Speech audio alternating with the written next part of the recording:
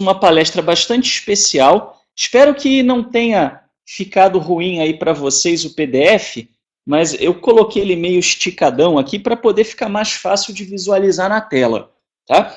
E a gente vai perceber o seguinte, a gente vai perceber que a Megilá, o livro de Esther, ele tem alguns segredos extraordinários. Mas quando eu falo de segredos extraordinários, eu estou falando de segredos mesmo, da própria narrativa, de você olhar para o contexto histórico-cultural no qual o livro foi escrito e, de fato, entender a mensagem, entender por que ele foi composto da forma que ele foi composto, o que ele quer dizer com os seus diversos elementos literários e como é que ele se encaixa, então, dentro das escrituras judaicas. Tá? Isso é muito diferente, por exemplo, da gente ficar, vamos dizer, brincando de tentar encontrar código da Bíblia ou tentar encontrar alguma correlação entre o livro e eventos que aconteceram 2, 3 mil anos depois, que não tem absolutamente nada a ver com o livro. Tá? Se a gente for fazer esse tipo de pesquisa, embora isso impressione,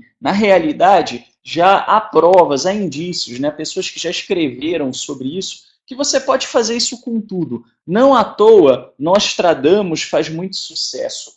Né? Se as pessoas olham para as profecias de Nostradamus, elas são absolutamente abstratas, de modo que cabe em tudo. Né? Então, a cabeça de porco se levantou contra o galo. Tá? E aí pode ser qualquer coisa. Você pode achar que significa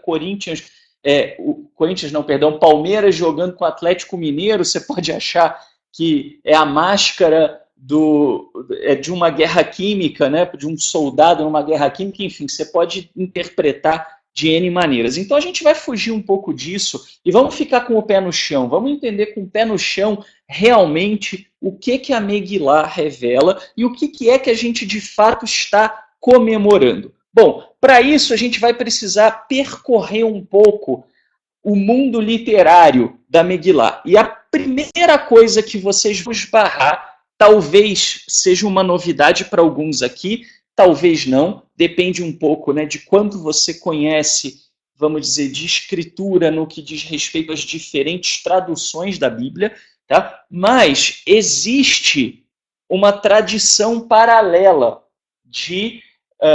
da Megilá, tá? De Purim, que pelo menos até a época de Maimônides ainda era muito forte.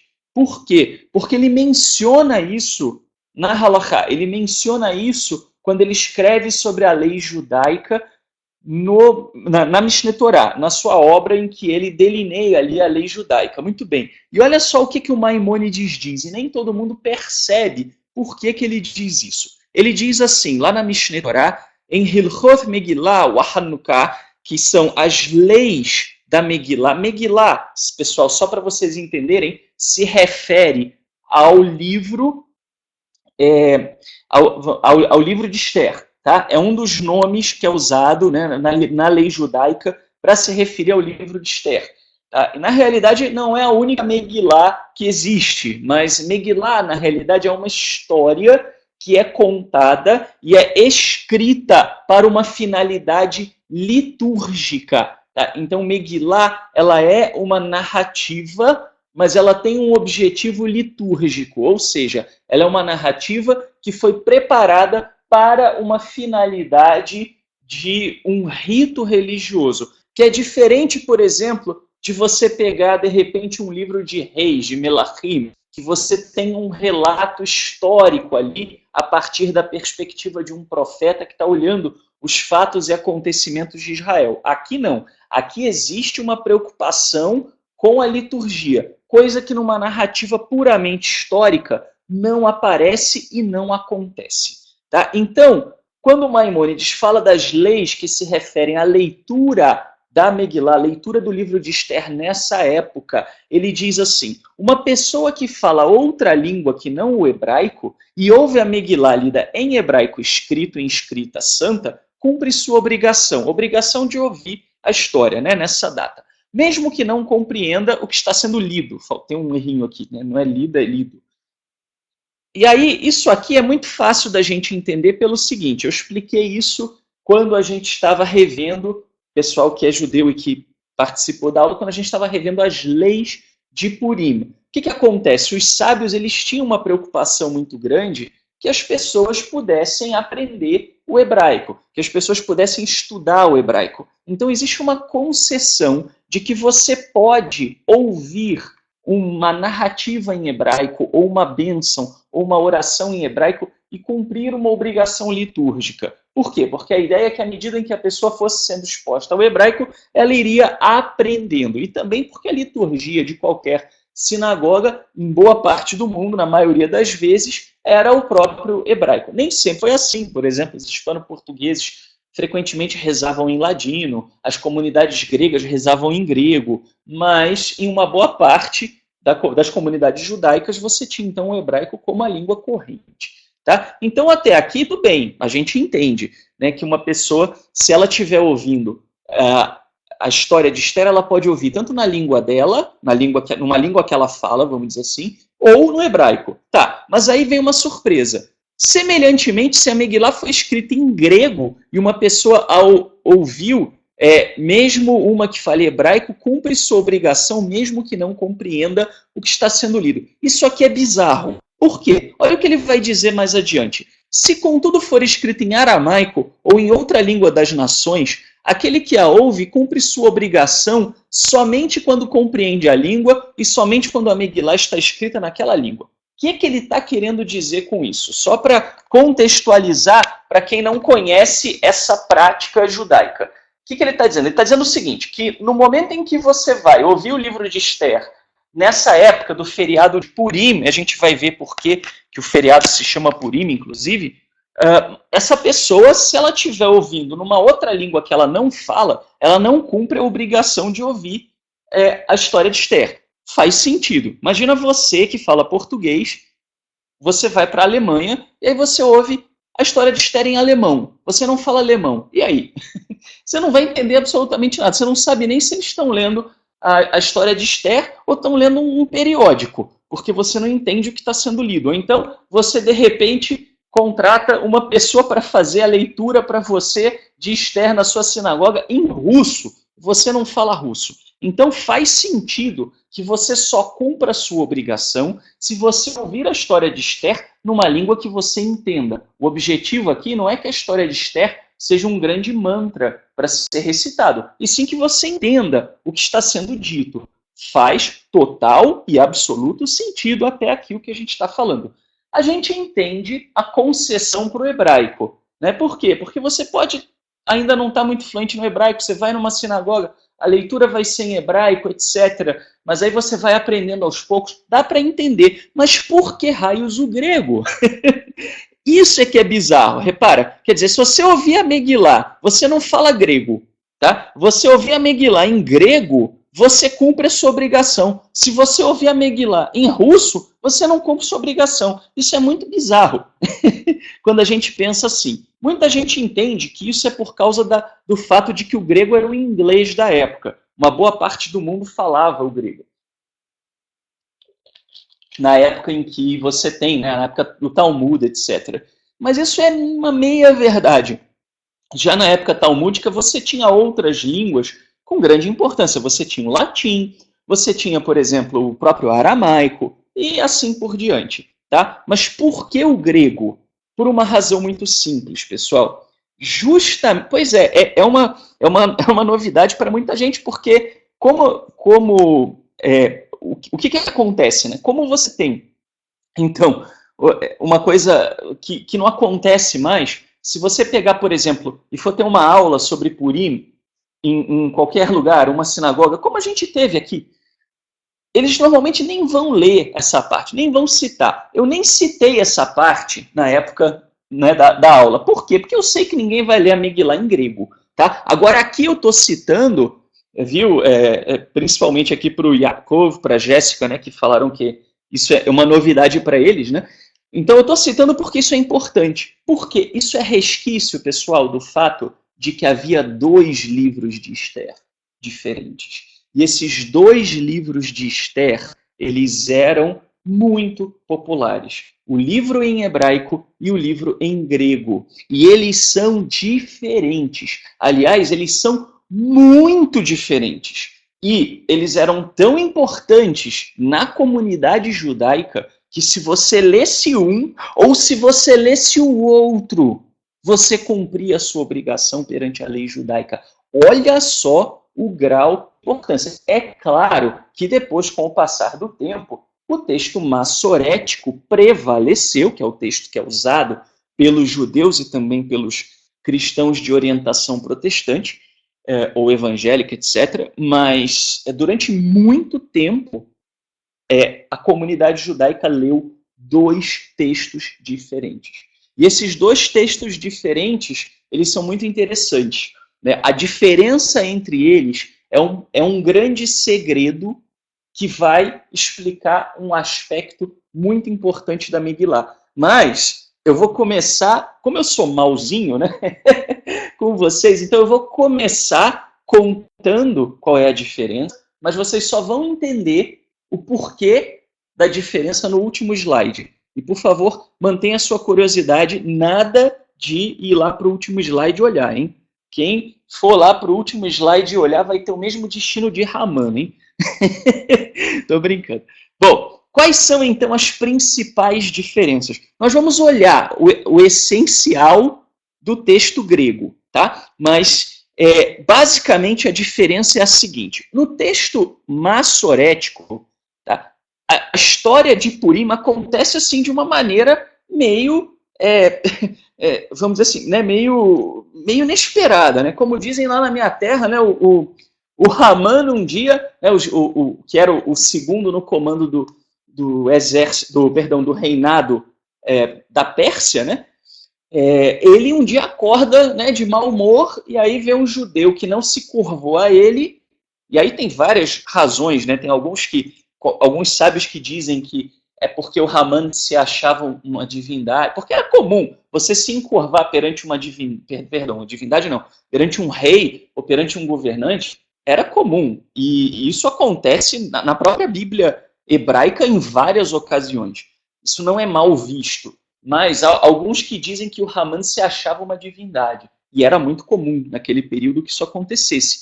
Tá? Então poderia explicar o porquê que Mordecai não se curvou aí. Tá? Então, de repente, em um dado momento, ele fica bravo porque o Mordecai não se curvou a ele e resolve exterminar o povo judeu. Né? Então, uma coisa assim meio inesperada. Né? Deu a louca no cidadão e ele resolveu exterminar o povo judeu inteiro. Tá? Na Septuaginta não é assim. Na Septuaginta, tá? Quer dizer, no texto grego do livro de Esther, no texto grego você começa com um sonho profético de Mordecai. E a gente vai ver esse sonho. Então, num primeiro momento, Mordecai tem um sonho e ele fica muito incomodado com esse sonho e ele vai tentar entender o que ele sonhou. Isso é o que diz o texto grego. Tá? Essa é a primeira diferença. A segunda diferença do texto grego para o texto massorético, quando eu falo diferença, tá, pessoal? Eu estou falando das diferenças grandes. Tem pequenas diferenças, tem detalhezinhos aqui e ali que eu não ia colocar, porque senão fica muito extenso. Tá? Mas eu estou falando do geral, do global. Tá? A segunda coisa é que o édito real, que o Haman ele promulga, né, usando a autoridade do rei contra o povo judeu, ele é dito de uma maneira muito resumida. Só é dito que ele promulgou um édito contra o povo judeu. Na versão grega, o édito ele é expandido e ele é trazido meio que na íntegra. E explica que os judeus são um povo que vive isolado, que tem leis diferentes e que é um povo que está enchendo muito a paciência, que está dificultando a unidade do reino. Eu não trouxe porque eu não coloquei o texto do édito aqui porque era muito extenso e eu achei desnecessário. Tá? Mas vocês podem ver esse texto do édito completo ali na versão grega. Tá? A versão grega, tá, pessoal? Então, a gente fala Septuaginta, só um pequeno esclarecimento, é um parênteses aqui, tá? Não tem a ver com a palestra. Assim, originalmente a Septuaginta era só a Torá, era só o Pentateuco. Depois, com o passar do tempo, juntou-se outras traduções do grego, de vários livros, e aí se compôs todo o Tanar, né, todo o chamado, né, pelos cristãos de Antigo Testamento, a Bíblia hebraica para nós. Tá? Então, hoje, quando você fala de Septuaginta, na maioria das vezes você se refere ao Tanakh inteiro, a Bíblia hebraica inteira. Tá? Mas os 70 sábios, propriamente ditos, traduziram apenas o Pentateuco. Tá? Mas o texto grego, ele vai... eu vou trazer aqui, vou mostrar para vocês quando foi que ele foi escrito e por quê. A gente vai falar disso. Tá? Mas foi um texto que foi traduzido muito tempo depois, na época do Segundo Templo de Jerusalém, ele foi construído, ele foi traduzido. Tá? Bom, então você tem essa situação. E como disse o Danilo aqui, algumas Bíblias católicas, não são todas, mas algumas Bíblias católicas trazem o texto grego traduzido. Tá? Se alguém tiver curiosidade, pode entrar num site de Bíblia Católica, olhar uma Bíblia Católica numa biblioteca, numa livraria, e vai ver esse texto. Tá? Mas uma boa parte dele eu trouxe aqui. O texto massorético, como vocês sabem, o Danilo está falando que a Tebe tem os dois. Salvo engano, a Bíblia de Jerusalém também, só que a Bíblia de Jerusalém acho que ela traz a parte. Tá? Bom, mas então, assim, no texto massorético não há menção ao Eterno. Isso é muito interessante, é uma característica muito semita. Um texto onde o Eterno só aparece, vamos dizer assim, de uma maneira meio que de bastidores, né? Por trás de tudo, orquestrando tudo. Ele não é citado nas Escrituras. Ele é o único livro que não cita o Eterno. Tá? E é muito curioso isso, né? Você imaginar que um texto canônico, um texto que está na Bíblia hebraica, não cita o Eterno. Mas tem uma razão para isso, que a gente vai entender mais para o final. Já no texto grego, não.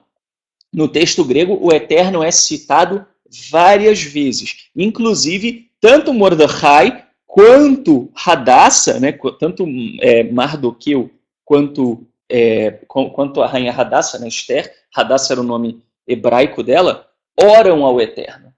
Porém, isso no texto grego. No texto judaico, né, no texto, quer dizer, os dois são judaicos, mas no texto canônico, do texto massorético, não acontece. Tá? Bom, você tem o segundo édito real, que é aquele édito do Mordecai, né, do Mardoqueu, quando ele, então, reverte a decisão. Porque o que diz o livro de Esther? O livro de Esther diz o seguinte, que o Haman usou a autoridade do rei e promulgou uma lei dizendo que numa data específica os judeus seriam mortos. Porém, o que acontecia? Segundo o livro de Esther, na Pérsia você não podia anular um decreto do rei. Tá? Então, se o rei decretou alguma coisa, não dava para anular. Então, o Mardoqueu, o Mordecai, o que ele faz? Ele promulga um outro édito em cima, permitindo que os judeus se defendam e desçam a paulada nos inimigos naquela data. Tá? Agora,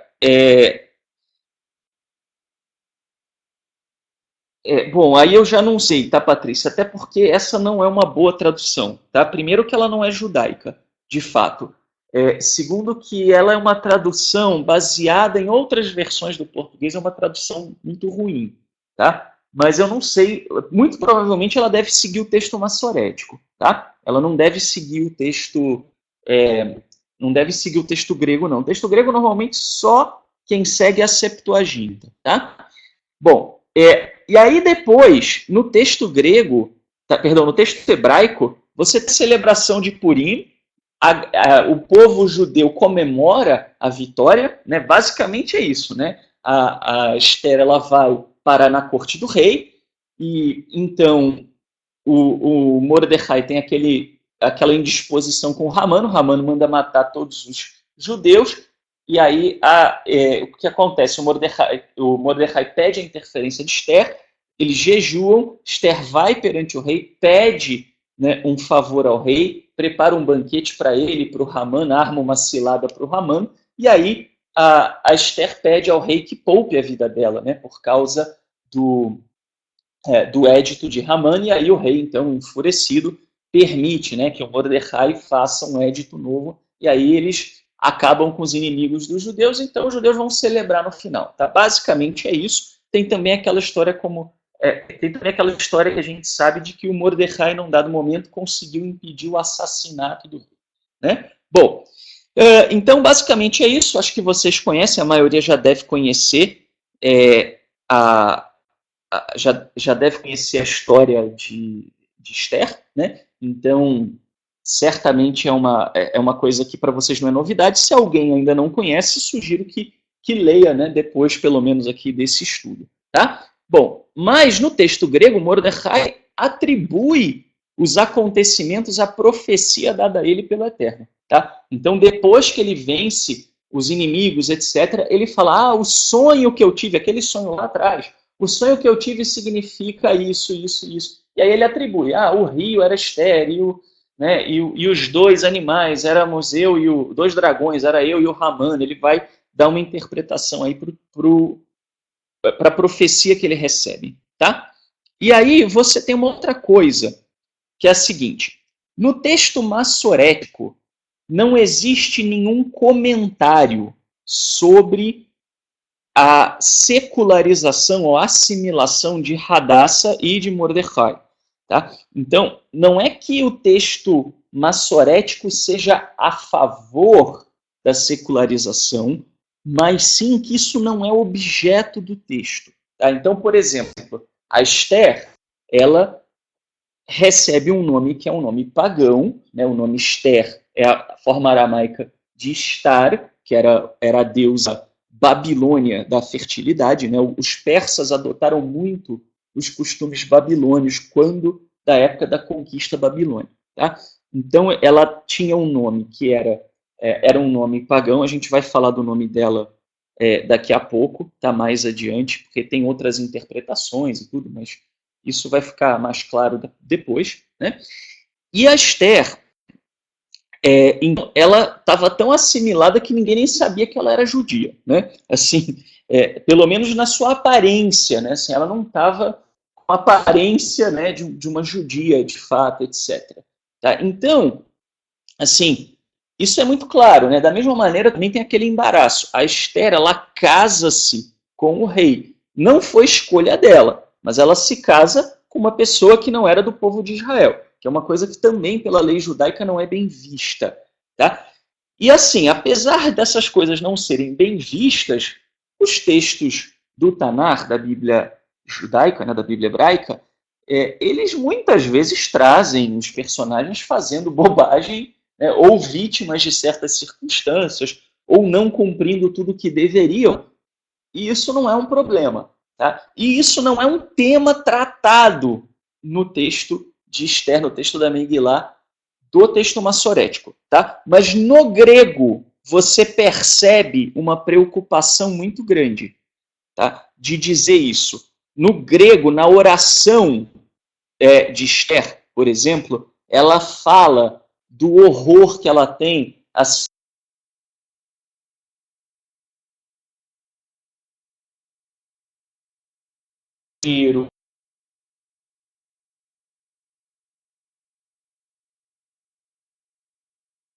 para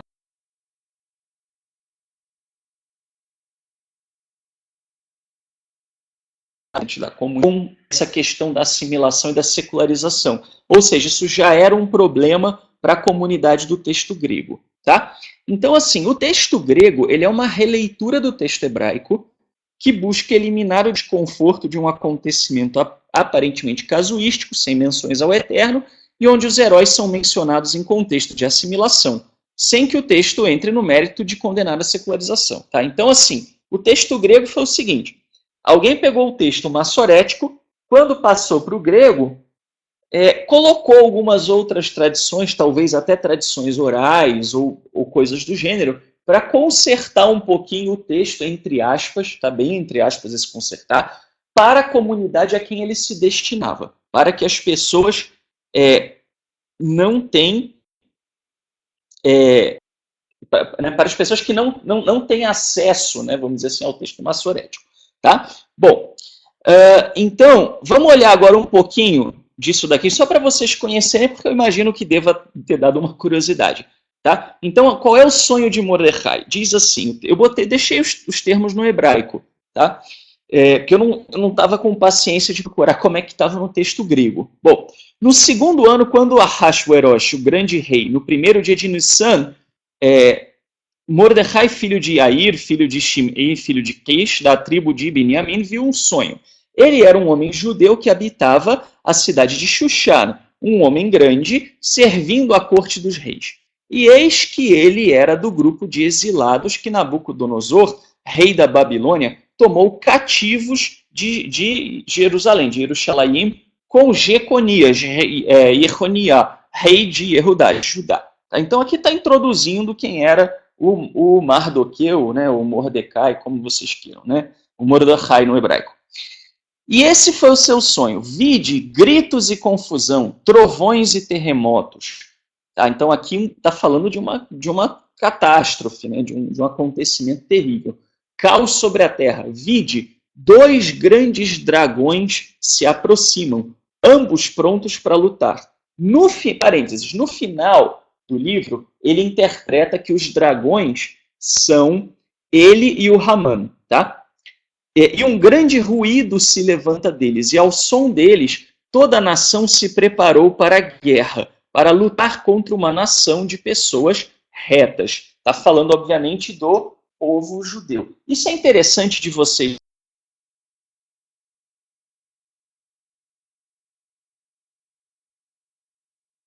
Por exemplo,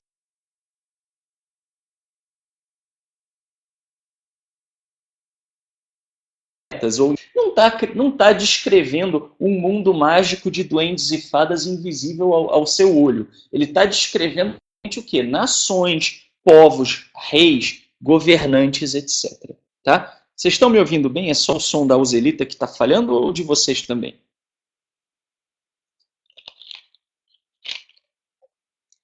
O som está ruim para você? Para quem mais?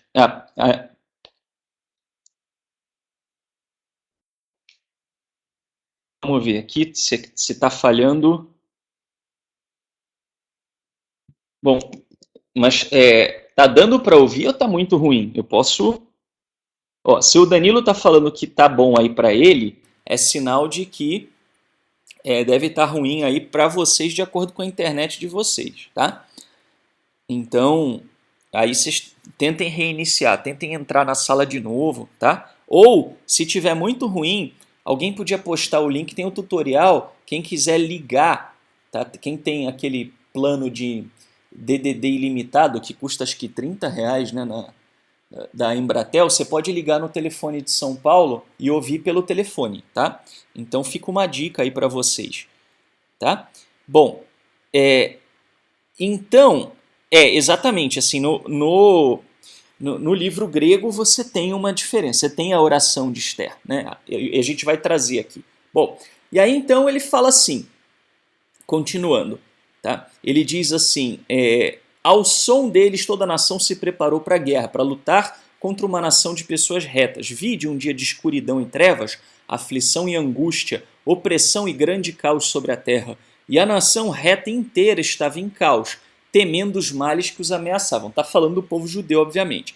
E eles estavam prontos para perecer. Então eles clamaram ao Eterno, e do seu clamor, como se viesse de uma pequena fonte, veio um grande rio, abundante em água. Ele interpreta no final esse rio como a Esther, a Hadassah, tá? Que ela no começo estava meio acanhadinha, né? Não era uma pessoa que tinha muita presença, e ela acaba, né, por ser uma figura de grande importância. Bom, então eles clamaram ao Eterno, e do seu clamor como se viesse... já li. Luz e o sol se ergueu, e os humildes foram exaltados e devoraram aqueles que eram tidos em estima. Então aqui está falando, obviamente, dos reis, etc. Tá? Então Mordecai, que tivera visto esse sonho que o Eterno havia determinado fazer, acordou e tinha no seu coração, e buscou até o cair da noite entendê-lo em cada detalhe. Tá? Então, isso aqui eu traduzi, eu não encontrei esse texto no português em lugar nenhum na internet, aí eu traduzi então de uma fonte aí do inglês, tá? Acho que de uma edição da Universidade de Princeton. Tá? Bom, então esse é o primeiro adendo, que é o sonho do Mordecai. Tá?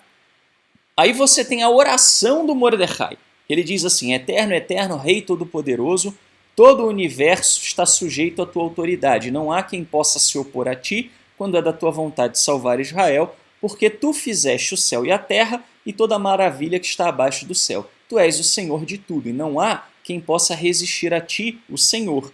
Tu conheces todas as coisas. Tu sabes, ó Eterno, que não foi em insolência, nem em orgulho, nem por amor à glória que fiz isso, isto é, me recusei a prestar reverência a esse orgulhoso Ramã, pois estaria disposto a beijar-lhe as solas dos pés pela segurança de Israel. Mas fiz isso para que não colocasse a glória humana acima da glória divina, e não prestarei reverência a nenhum exceto a ti, meu Senhor, e não farei tais coisas em orgulho. Tá? Você percebe que o grego está muito preocupado que as pessoas entendam por que o Mordecai arriscou a vida de uma nação inteira ao não se curvar. Tá? Então, claro, né, você tem aí várias interpretações dos próprios sábios judeus. Cada um deles dá uma informação diferente, um detalhe. Inclusive, até eu estou querendo fazer, possivelmente farei amanhã. Se não conseguir fazer amanhã, vou aproveitar o feriado para fazer um vídeo da série, da série Os Sábios Respondem, explicando, né, quais são as diferentes visões. Eu diria o seguinte, Yaakov, o texto grego ele é interessante porque, na verdade, ele dá para a gente uma noção de como é que os judeus do Segundo Templo, da época do Segundo Templo, entendiam o livro de Esther. Então, nesse aspecto, ele é muito precioso. Ele é parecido, por exemplo, com os Targumim, né, com as traduções para o aramaico que foram comentadas pelo Onkelos, né, e por outros, né, pelo Yehonatan ben Uziel, né, que você vê, então, como é que aquele povo, naquela época, entendia certos trechos. Tá? Realmente ele é muito interessante. Tá? Bom, então aqui ele já dá uma interpretação. Parênteses, como eu disse, não é a única possível e não é a única que os sábios vão trazer. Tá? Mas ele fala, olha, né, eu não quis fazer isso porque se eu tivesse, né, feito isso, eu estaria colocando a glória humana acima do Eterno. Tá? E aí ele fala assim, agora o Eterno Senhor Rei, Elohim de Abraão, poupa o teu povo, pois buscam nos arruinar e desejaram destruir a herança que tem sido tua desde o princípio. Não negligencies tua porção que redimiste para ti na terra do Egito. Ouve a minha petição e tende misericórdia sobre tua porção. Torna nosso lamento em festividade para que vivamos e cantemos hinos ao teu nome, ó Eterno. Não silencie a boca daqueles que te louvam. Muito bem. Então essa foi a oração do Mordecai. Tá? Bom, aí tem a oração da Esther, que acho que até inclusive foi o que o Mário e a Calassa falaram. Né? A oração de Esther, ela diz assim, isso é do texto grego também, ó meu Senhor, tu somente és nosso rei. Ajuda-me a mim que estou destituída e não tenho outro ajudador, tá? Eu errei aqui, não é ajudar, ajudador, senão a ti. Pois meu perigo está próximo. Tenho ouvido desde o nascimento da tribo de minha parentela que tu, Senhor, tomaste Israel de todas as nações e nossos pais de todas as suas parentelas por herança perpétua, e tem operado por eles tudo o que disseste. Parênteses, tá? Parênteses aqui importantíssimo, tá? Esse trecho aqui do livro grego, tá, da Septuaginta, ele está indicando, esse texto está indicando justamente o quê? Que há uma preocupação do tradutor para o grego de fazer com que o seu público lembrasse das suas origens. Isso era um problema, às vezes, no meio das comunidades mais isoladas, né, de Israel. A falta de uma conexão com os seus antepassados, com a sua própria história. E aí o texto diz assim, e agora eis que pecamos perante ti, e tu nos entregaste nas mãos de nossos inimigos, porque honramos seus deuses.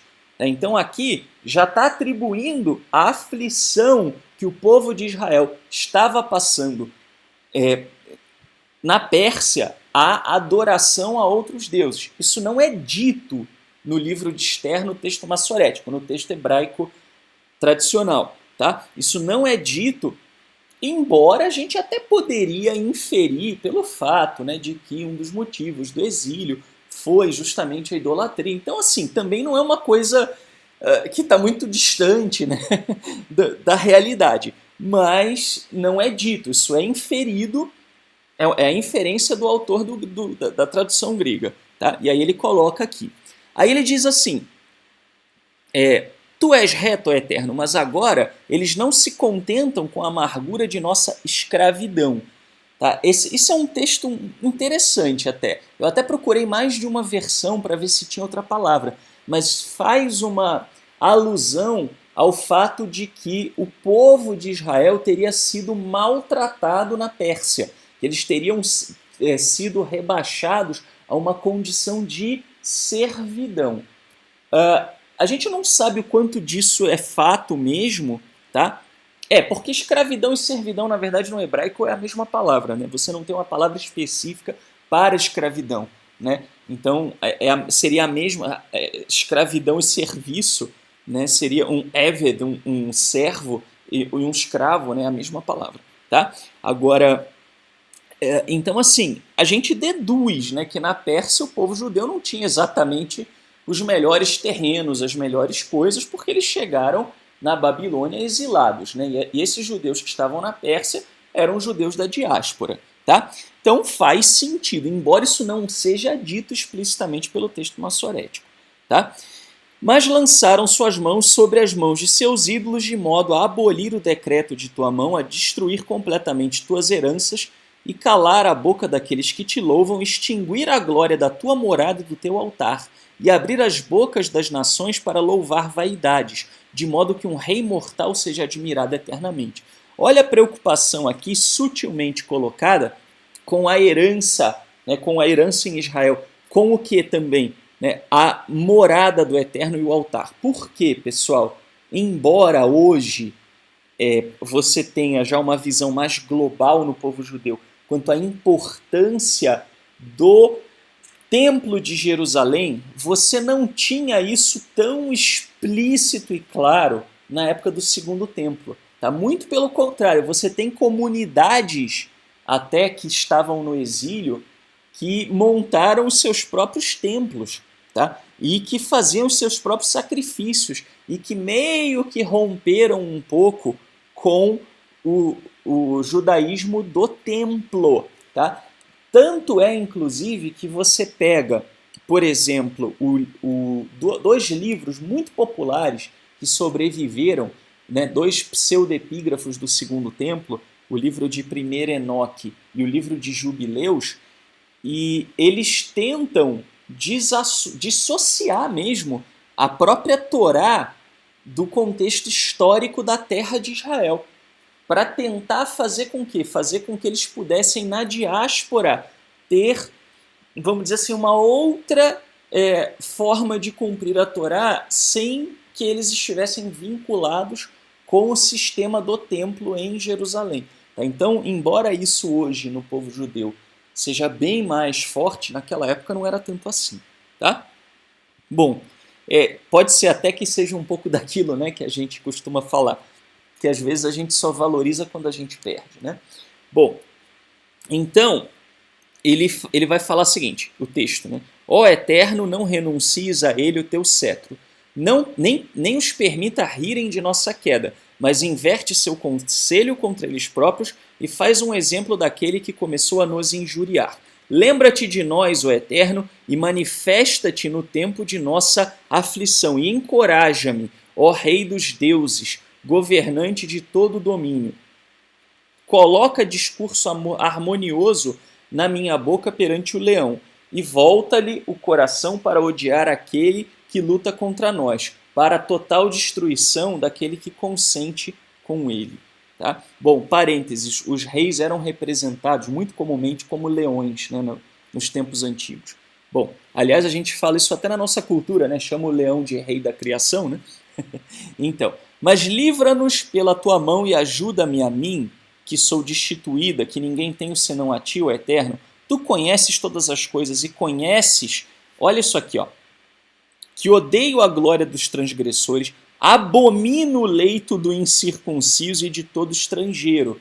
Tá? Tem uma preocupação do texto grego, como eu falei para vocês, isso fica muito claro. Tá? Essa preocupação não existe no texto massorético, que é de deixar claro que a Hadassah ela estava numa situação de, vamos dizer assim, de impotência naquele caso. Tá? O texto hebraico não entra nesse mérito, talvez até por partir do pressuposto que isso seja óbvio para os seus leitores. Para os leitores gregos, talvez isso não fosse tão óbvio, e a razão para isso é compreensível. As comunidades falantes de grego eram as comunidades mais distantes, a comunidade, por exemplo, de Alexandria, que foi a principal comunidade judaica que falava o grego, né, nos tempos antigos. Então eles já eram mais assimilados, né, e aí poderiam ver no livro meio que uma validação, uma ratificação da sua assimilação. Tá? Então tem uma preocupação muito grande do autor aqui de não deixar isso acontecer. Conheceis a minha necessidade, pois eu abomino o símbolo da minha posição orgulhosa. Aqui de novo. Aí o camarada ainda usa uma cena aqui meio desnecessária, né? Mas ele fala que está sobre a minha cabeça nos meus dias nos dias de meu esplendor. Eu a abomino como um trapo menstrual, né? Assim, nesse momento, eu que sou uma pessoa muito de visualizar o que eu leio, eu fico com muita raiva de quem escreve essas coisas, né? Precisava falar isso? Tô brincando. Mas aí diz assim, não o utilizo nos dias em que estou em privado, e tua serva não comeu a mesa de Ramã, nem bebeu o vinho das libações. Olha a preocupação aqui em dizer que ela se manteve kasher, tá? Isso é bem interessante. Também isso é uma preocupação muito forte, né, nos judeus que estavam lutando contra a assimilação. Tua serva não se alegrou desde o dia de minha transformação até agora, exceto em ti, o eterno Elohim de Abraão. Olha só, então a preocupação de dizer que a Esther, ela estava lá na corte do rei, sendo paparicada, etc., mas ela estava infeliz. Né? Então essa é a visão do tradutor para o grego. Tá? Então aí você tem o seguinte, depois, né, logo em seguida. Tua serva não se... Bom, não, já li. Ó Elohim, que tem poder sobre todas as coisas, ouve a voz daqueles que se desesperam e salva-nos da mão dos malfeitores e salva-me da mão do meu medo. Tá? Então essa é a oração da Esther. Tá? Bom, agora vamos falar da origem do texto grego. Esse, na verdade, é um artigo que eu trouxe aqui, tá? de um acadêmico israelense chamado Dr. Aaron Koller. Tá? E ele tem esse texto que fala A More Religious Megillat Esther. Né? Então, por que ele está falando isso? Porque o texto grego parece mais religioso do que o texto massorético. O texto massorético deixa as coisas muito nas entrelinhas e o texto grego pegou essas entrelinhas e explicitou de uma maneira mais clara. Tá? Aí ele fala assim, o texto grego afirma, né, afirma sobre a sua origem, tá? Que dois homens chamados Dositeus e Ptolomeu, que diziam ser sacerdotes, chegaram de Jerusalém. Chegaram em Alexandria. Tá? Então vieram dois sacerdotes do povo judeu a Alexandria. E eles trouxeram com eles um livro de Esther, chamado a Carta sobre Purim, né, ou Frouai, né, seria no grego, e explicaram que ela tinha sido traduzida por alguém chamado Lisímacos em Jerusalém. Assim, esse livro de Esther chegou em Alexandria em 77 a 76 antes da Era Comum. Tá? Então, esse texto é do primeiro século antes da Era Comum e ele foi traduzido por esse cidadão. Tá? E ele foi levado para a comunidade de Alexandria. Então foi esse cidadão, né, o Lisímacos, que fez, né, essa tradução e colocou esses elementos que talvez viessem de uma tradição oral ou foram a leitura, tá? De um jeito ou de outro isso foi levado. É interessante. A comunidade de Alexandria já tinha o livro de Esther. Não é que eles tinham o livro de Esther, tá? Mas não dessa maneira. Então olha o que ele vai falar. A nota do texto grego de Esther pode indicar que os judeus... botei aqui, segundo a informação consta, tá, pessoal? Porque assim, como o não me engano, chamou a região de Palestina, né, como até uma maneira de afrontar os judeus, né, porque filisteu no hebraico é a mesma palavra. Né, então ele chamou de terra dos filisteus, assim, só para pirraçar mesmo os judeus. Mas então é conhecido, né, os judeus que habitaram naquela época eram chamados de judeus palestinos. Tá? Não entendam nisso uma referência ao atual conflito com os palestinos, que não tem nada a ver com isso. Tá? Também não vou entrar, obviamente, nesse tema, porque não é tema da palestra aqui. Tá? Então, eles consideravam importantes que os judeus de Alexandria recebessem uma cópia de sua versão melhorada de Esther, com pelo menos as adições A, C, D e F. Tá? Por quê? Porque são essas adições a Esther no meio acadêmico, elas são numeradas. Tá? Elas são, na verdade, elas são ordenadas com letras, para não mudar para não alterar a estrutura dos capítulos do texto hebraico. Muitas cópias, né, muitas bíblias trazem assim. Ao invés de, por exemplo, o sonho de Mordecai é logo o começo do texto. Ao invés de chamar aquele de capítulo 1 e o texto hebraico, o capítulo 1 do texto hebraico de capítulo 2, que ia gerar muita confusão de referência, hoje os acadêmicos normalmente eles fazem assim. O sonho de Mordecai é chamado de texto A, né? Então aí tem os versículos, né? Então A de 1 a 12, e aí o segundo adendo é chamado de B, C, D, E e F. Tá? São 6 adendos, né? Do texto grego ao texto hebraico. Bom, então que trouxe o livro e o seu festival associado de volta ao alinhamento com o que era, na mente deles, prática e ideologia judaica normativa, devoção ao eterno, oração, abominação do casamento misto e até isolacionismo, e uma fidelidade à lei judaica e prática. Tá? Então, assim, pessoal, esse texto, olha que interessante, esse texto grego, ele nasceu de uma preocupação de que o texto da Megilá estivesse sendo mal lido. Tá? Então, eles entendiam, esses sacerdotes que foram a Alexandria, provavelmente a convite de alguns na comunidade ali, levaram um texto expandido para quê? Para poder fazer com que o povo pudesse voltar para as práticas originais relacionadas aos acontecimentos de Purim. Tá? Da mesma forma que hoje, né? Você tem um certo desvio com relação à prática de muitas comunidades, né, em termos de festividade, né, de Purim, com relação ao que deveria ter sido segundo a lei judaica, segundo o próprio texto da Bíblia. Tá? Bom, então eles tinham essa preocupação.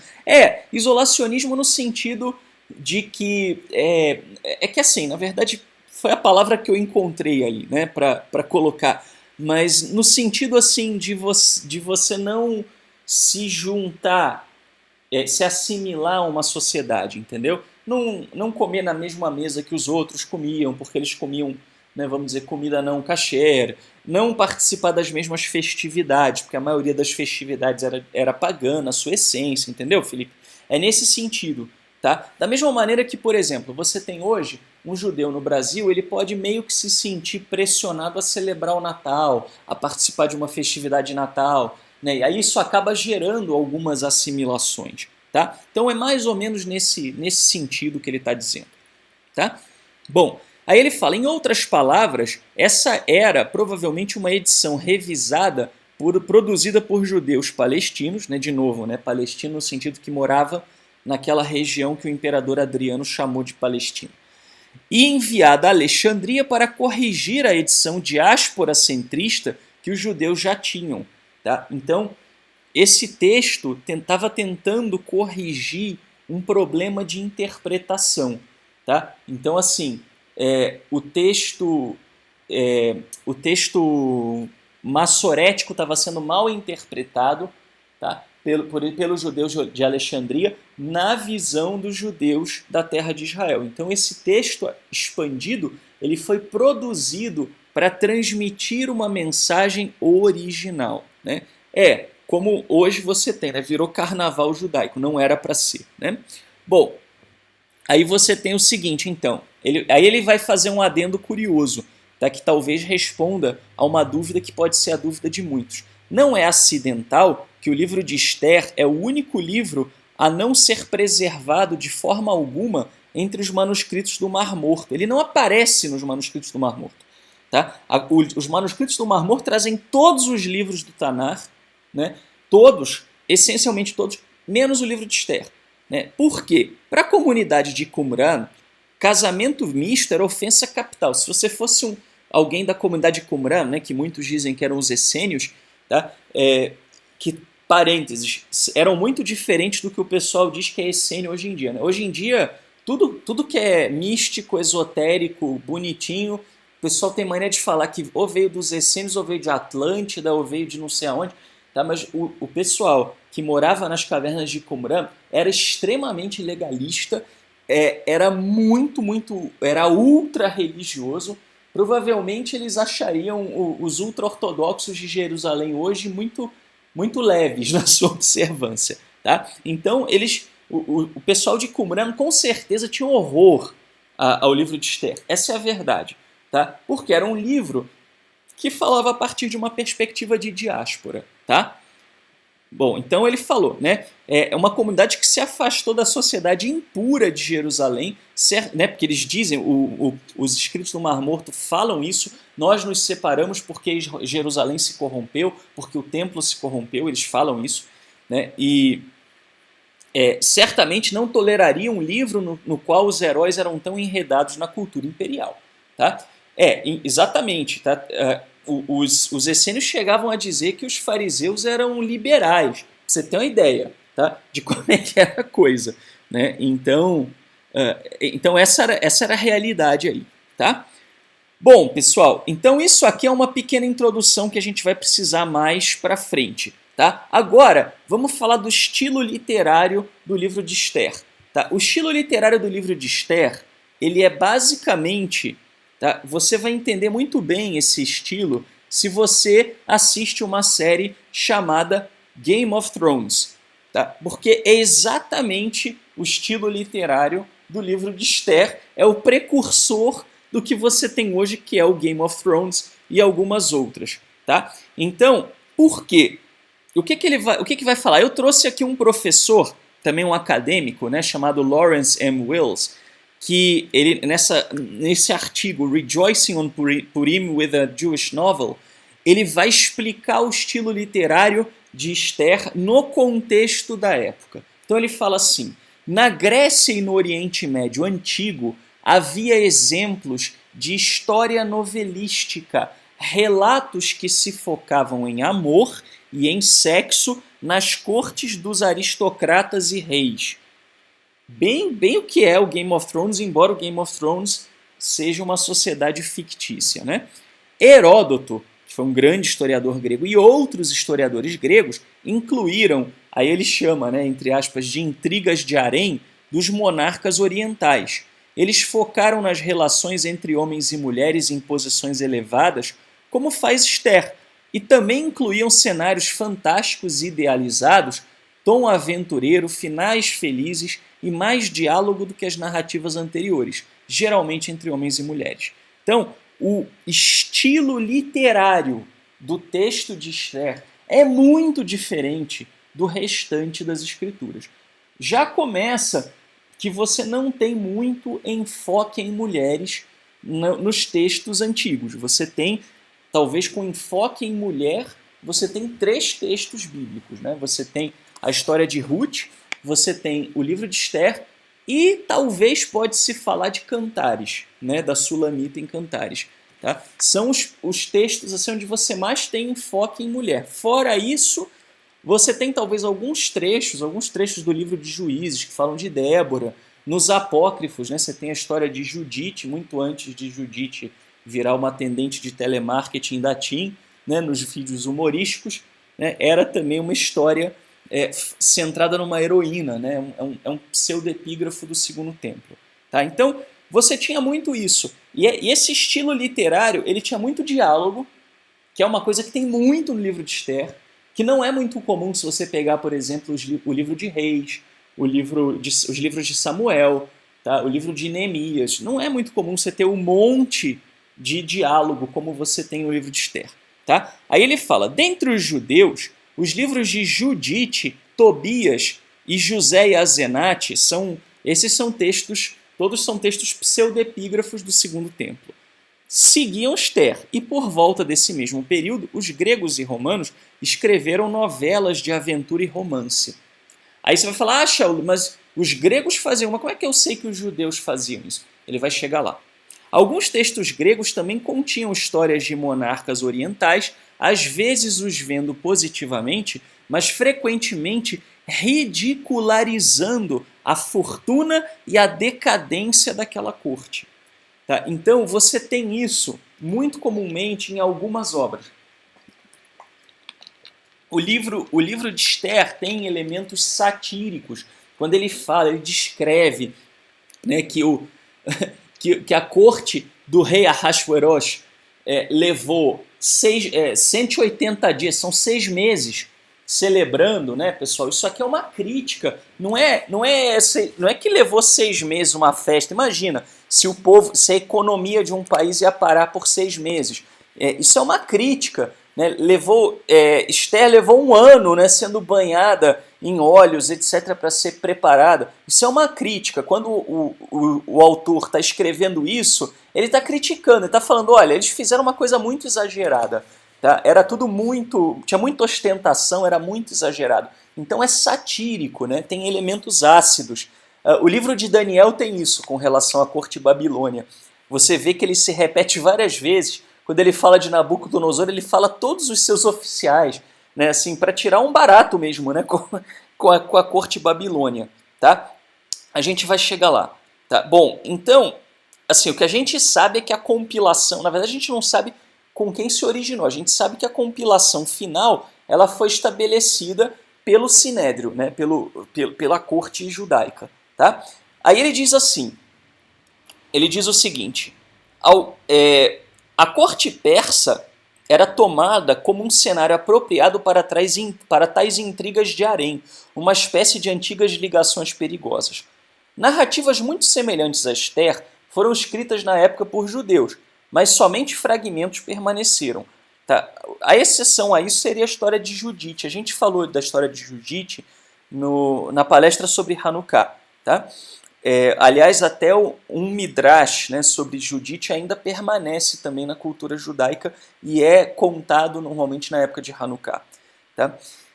Mas aí diz assim, mas somente fragmentos permaneceram e a aparentemente internacional história de Arricar, que é uma história, salvo engano, assíria, tá? Ela foi descoberta entre os remanescentes de uma colônia militar judaica no Egito. Então, os judeus tinham acesso a essa literatura. Tá? Esther não está sozinha, então, como texto, mas é parte de um gênero vibrante de histórias aventureiras que podemos chamar de literatura popular no mundo antigo. Era o Game of Thrones da época. Tá? Então, Esther, na realidade, é um texto um texto literário. Ele não é um texto literal. Ele é um conto. Ele não é um texto que tem uma preocupação de ser 100% histórico. Por isso ele é uma Megilá, né? Por isso ele é um texto que foi preparado para ser litúrgico. Tá? Shaul, como assim? Vamos às provas aqui agora. Tá? Vai ficar mais claro para vocês. Mas a primeira coisa eu botei até em vermelho, porque toda vez que a gente fala isso tem gente que se choca. Então, para ninguém se chocar, existe uma diferença entre você dizer que um texto é histórico e você dizer que um texto é inspirado. Tá? Tem gente que já acha assim, que se um texto na Bíblia ele não é um texto 100% histórico, ou ele é um texto que é parabólico, então ele é mentiroso. Isso não é verdade. Se fosse assim, a gente não podia incluir provérbios, né, que são pequenas parábolas. A gente não podia incluir Cântico dos Cânticos, que é um poema. Tá? O livro de Jó, que nem diz quando foi, com quem foi, em que região foi. Claramente um texto escrito em poesia. Tá? Então, pessoal, a Bíblia tem elementos literários. Aliás, isso foi uma discussão que surgiu no grupo hoje ou ontem, não lembro agora, né, lá no nosso fórum, que exatamente disso, né, falando uma pessoa que tentou falar que era tudo literal, né? Tudo era histórico, não literal, mas histórico, né? E não é bem assim, tá? Então existem contos com viés religioso. Como é que a gente sabe que o livro de Esther não é um livro histórico, tá? Bom, então, primeiro precisa entender isso, tá? Que se você fala que uma história, uma narrativa é romanceada, quer dizer que ela tem algo por trás, tá? Ela tem alguma coisa por trás. Então o livro de Esther, tá, tem um segredo por trás do texto principal. E a gente precisa entender esse segredo. E, de novo, eu não estou falando aqui, né, dessas bobagens como código bíblico, né, ou dizer que o livro de Esther se refere à Guerra do Golfo, né, e essas bobagens que as pessoas criam tentando associar textos bíblicos com eventos 3.000 anos depois que não tem o menor fundamento, né? Porque aí você pode ler o que você quiser, né? Você vai dizer que o impeachment no Brasil, né, se é que vai acontecer, tem a ver com a história de José, né? Aí é aquela famosa história, né, do camarada que atirava com arco e flecha e o rei chegou para perguntar como é que você acerta sempre, né? E ele dizia, é simples, né? Eu pinto o alvo depois que eu atirei a flecha, né? Então é aquele negócio, né? A pessoa vem lá e fala, não, tem que ter uma profecia sobre tem que ter uma profecia sobre a Guerra do Golfo na Bíblia. Aí vai catar na Bíblia e vai achar alguma coisa, óbvio, né? Um livro enorme como a Bíblia, você vai achar o que você quiser se você fizer leituras dessa natureza, tá? Mas tudo isso é cortina de fumaça, né? Serve para chamar a atenção das pessoas, mas não, né? Não é real. Existe uma prática, né, assim, muito, muito comum no meio de alguns, né, de alguns comentaristas no povo judeu, de associar o livro de Esther com o nazismo.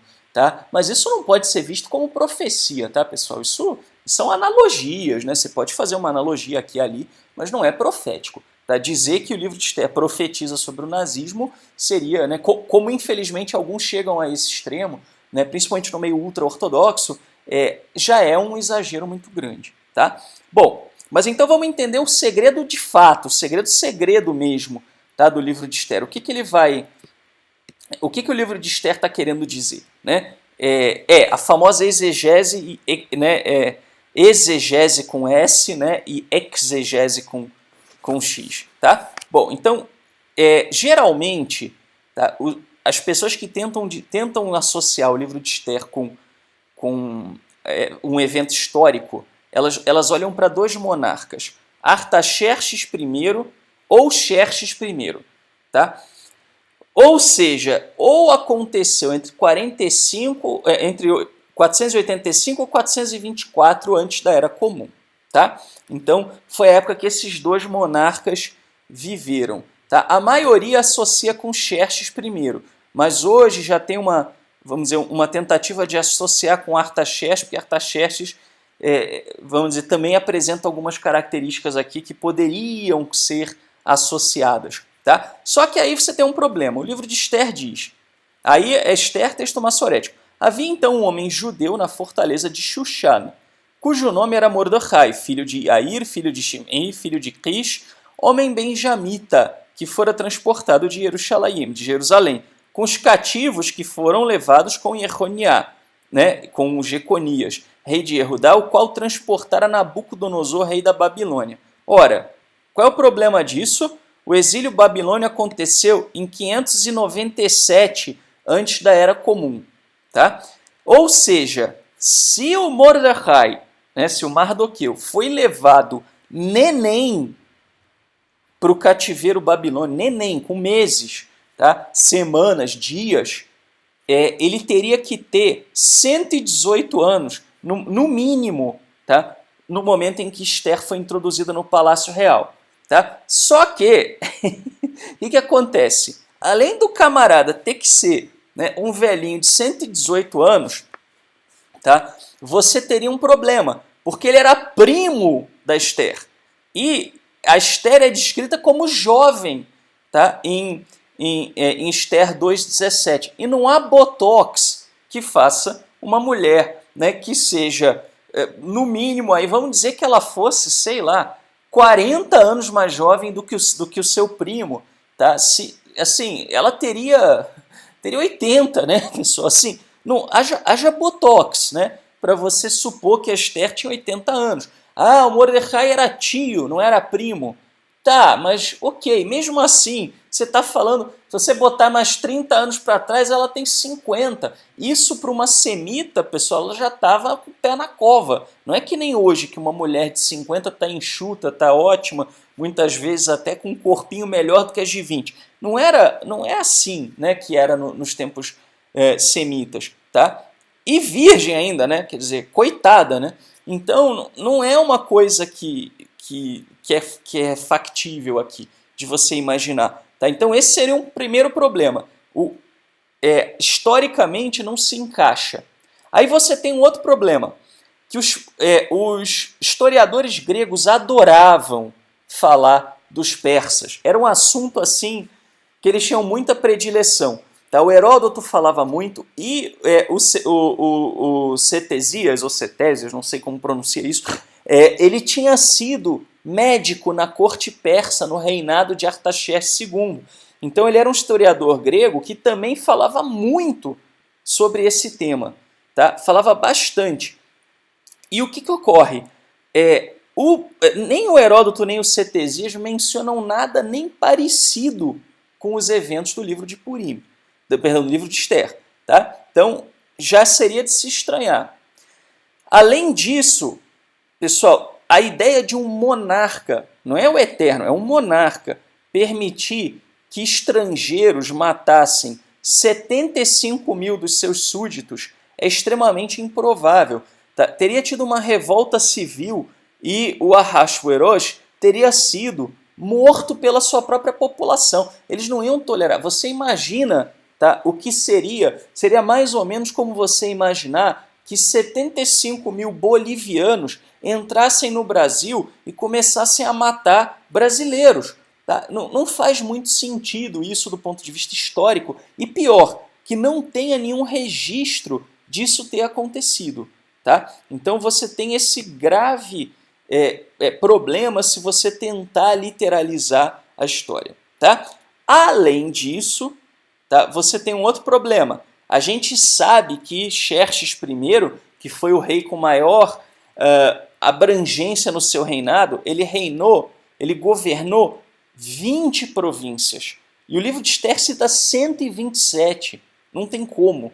Tá? Não teria como você imaginar 127. Ele não foi. Xerxes não foi um precursor do Império Romano com essa extensão tão enorme assim. Tá? E o número 127 ele tem um simbolismo semita.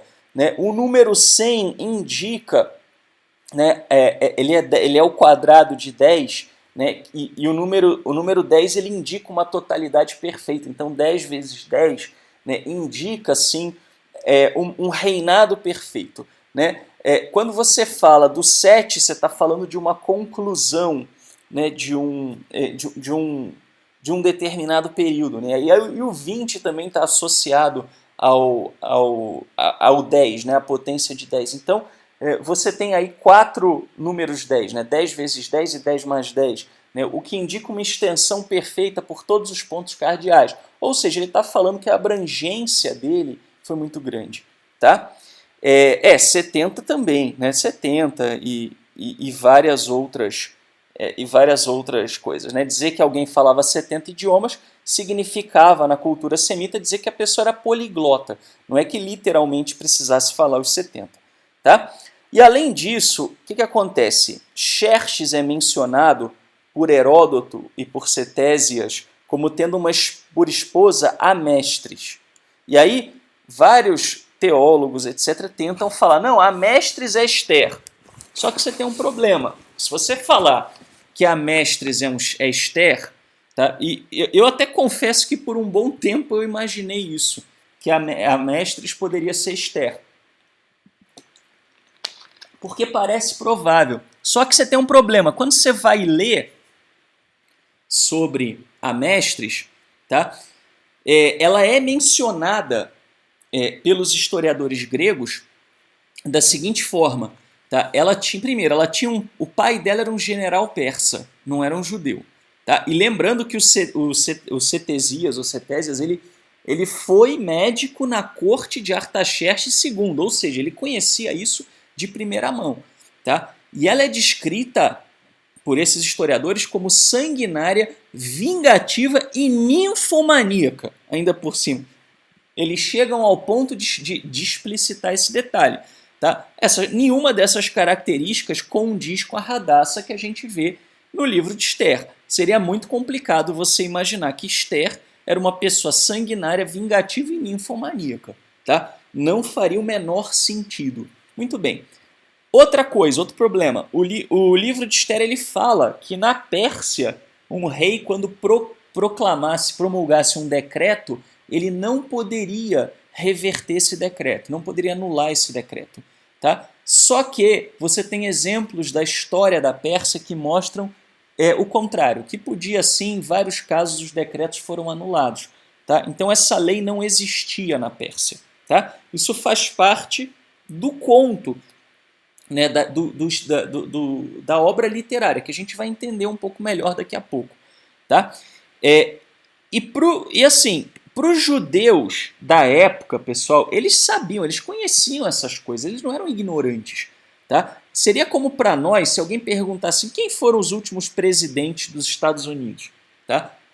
Você vai saber dizer. Né? Se eu perguntar quem foi Abraham Lincoln, você vai saber dizer. Você vai dizer que foi um presidente americano. Você vai saber que ele foi assassinado num teatro, etc. Agora, se eu falar, você viu Abraham Lincoln, Caçador de Vampiros? Né? Tem um filme assim, aliás, é bem legalzinho o filme. Você vai saber que aquele filme é uma ficção. Você não vai olhar, imagina gerações depois olhando o filme Abraham Lincoln, Caçador de Vampiros, e falando, não, tinha vampiro na época, né, de Abraham Lincoln. Não, aquilo ali é uma história romanceada. Tá? Então, da mesma maneira, quando os textos judaicos trazem alguns dados sutis, né, de impossibilidade histórica, é um código. Isso é um código no povo judeu para poder mostrar que tem uma coisa por trás. Como é que eles podiam? Vocês imaginam, o povo judeu em vários momentos esteve dominado por outros povos. Como é que eles faziam para que aquelas pessoas que estivessem lendo alguma coisa escrita em código pudessem entender que aquilo estava sendo escrito em código? Tá? A gente vai falar quem eles foram, tá, Jacó? Daqui a pouquinho a gente vai chegar lá. E aí, vejam vocês, tá? Como é que eles faziam? Eles davam um dado impossível, porque aí, ouvindo um dado impossível, a pessoa poderia entender que aquela história ali estava em código. Então imagina que você precisasse escrever em código para o Danilo, mandar uma carta para o Danilo em código. Tá? E aí você vai colocar uma narrativa fictícia. Tá? Imagina que você queria escrever sobre a Dilma Rousseff, né? E você não pudesse escrever sobre a Dilma Rousseff porque, né, a sua correspondência estava sendo monitorada e você poderia ser preso por, sei lá, conspiração. Estou dando um exemplo fictício. Tá? Aí eu vou mandar uma carta para o Danilo, aí eu escrevo assim: no segundo mandato do presidente Collor, né, aí o Danilo ia receber a minha carta falando, no segundo mandato do presidente Collor, ia falar, pera lá, mas o presidente Collor não teve 2 mandatos. Quem que ele pode estar falando? Né? E aí, a partir daí, ele já sacava que eu estava falando de alguma outra coisa. Tá? Imagina que eu fizesse isso, né, e ao invés de eu estar ocultando isso da Dilma, eu estivesse ocultando do Barack Obama, né, das autoridades americanas. As autoridades americanas não iam se ligar que eu estava falando de uma coisa impossível historicamente. Tá? Então era essa a ideia. Tá? A ideia era justamente você poder transmitir um recado sem ser pego com a boca na botija. O exemplo mais legal disso é o 12º ano do reinado de Nabucodonosor, que reinou sobre os assírios em Nínive, a grande cidade. Nabucodonosor era babilônio. Ele não reinou em Nínive nunca. né? Mas os judeus, ouvindo isso, eles sabiam que Nabucodonosor tinha sido rei da Babilônia. Então eles sabem que o livro de Judite é um livro escrito em código, tá? Contra o Império Seleucida, né? É contemporâneo de Macabeus. Tá? Bom, vamos seguir aqui. Então, a gente sabe que o livro de Esther foi escrito em código. E os nossos sábios deixaram pistas disso. Tá? Eles sabiam, eles sacaram, né, o que era. Então, o que eles disseram? Por exemplo, no Talmud Bavli, no Tratado de Hulin, 139b, tá? Você tem lá a seguinte frase. Onde Haman é indicado na Torá? No versículo é de uma árvore, né? Tá lá em Gênesis 3:11, né? Isso aqui vamos dizer assim, é um trocadilho, né? A gente vai falar que a árvore Ramim poderia ser usado para um madeiro, né? Que foi onde ele foi enforcado. Tá? Mais um indício, tá, pessoal, que o livro de Esther, na verdade, é uma ficção literária, é a ideia, o trocadilho entre Haman e Ramim, né? Que Ramim seria o madeiro onde ele poderia ter sido estrangulado, enforcado, como ele foi no livro. Onde é Esther indicada na Torá? E certamente ocultarei, astir, minha face. Tá lá em Deuteronômio 31, 18. Tá? Então, Esther, aqui ele está falando, está com a sua identidade oculta. Na verdade, o nome Esther vem de Estar. É o aramaico, a forma aramaica da deusa Estar, que era cultuada na Pérsia, na Babilônia, etc. Tá? E onde Mordecai é indicado na Torá? No versículo Pura Mirra, Êxodo 30, 23, que o Targum traduz como Miradáquia. Tá? Evidente, pessoal, que os rabinos do Talmud não eram ignorantes, eles sabiam que Haman, Esther e Mordecai não estavam não estavam indicados na Torá. Isso não é literal. O que eles estão dizendo? É uma mensagem aqui. Qual é a mensagem? É um trocadilho. Tá? Por isso que eu falo, pessoal, não dá para ler Talmud sem entender muito bem de lei judaica, de exegese judaica, da Bíblia judaica e tudo mais. Tá? Senão você vai fazer besteira. Eu particularmente sou contra que, por exemplo, uma pessoa muito iniciante estude diretamente o Talmud sem conhecer muito bem alguns fundamentos. Tá? Então, por exemplo, Haman, né, Haman é o nome de uma divindade elamita, a gente vai falar disso. Ele é reinterpretado como Ramim, que é uma alusão à sua morte. Esther é a forma aramaica do nome da deusa Estar, é reinterpretado como oculta, numa alusão à sua identidade.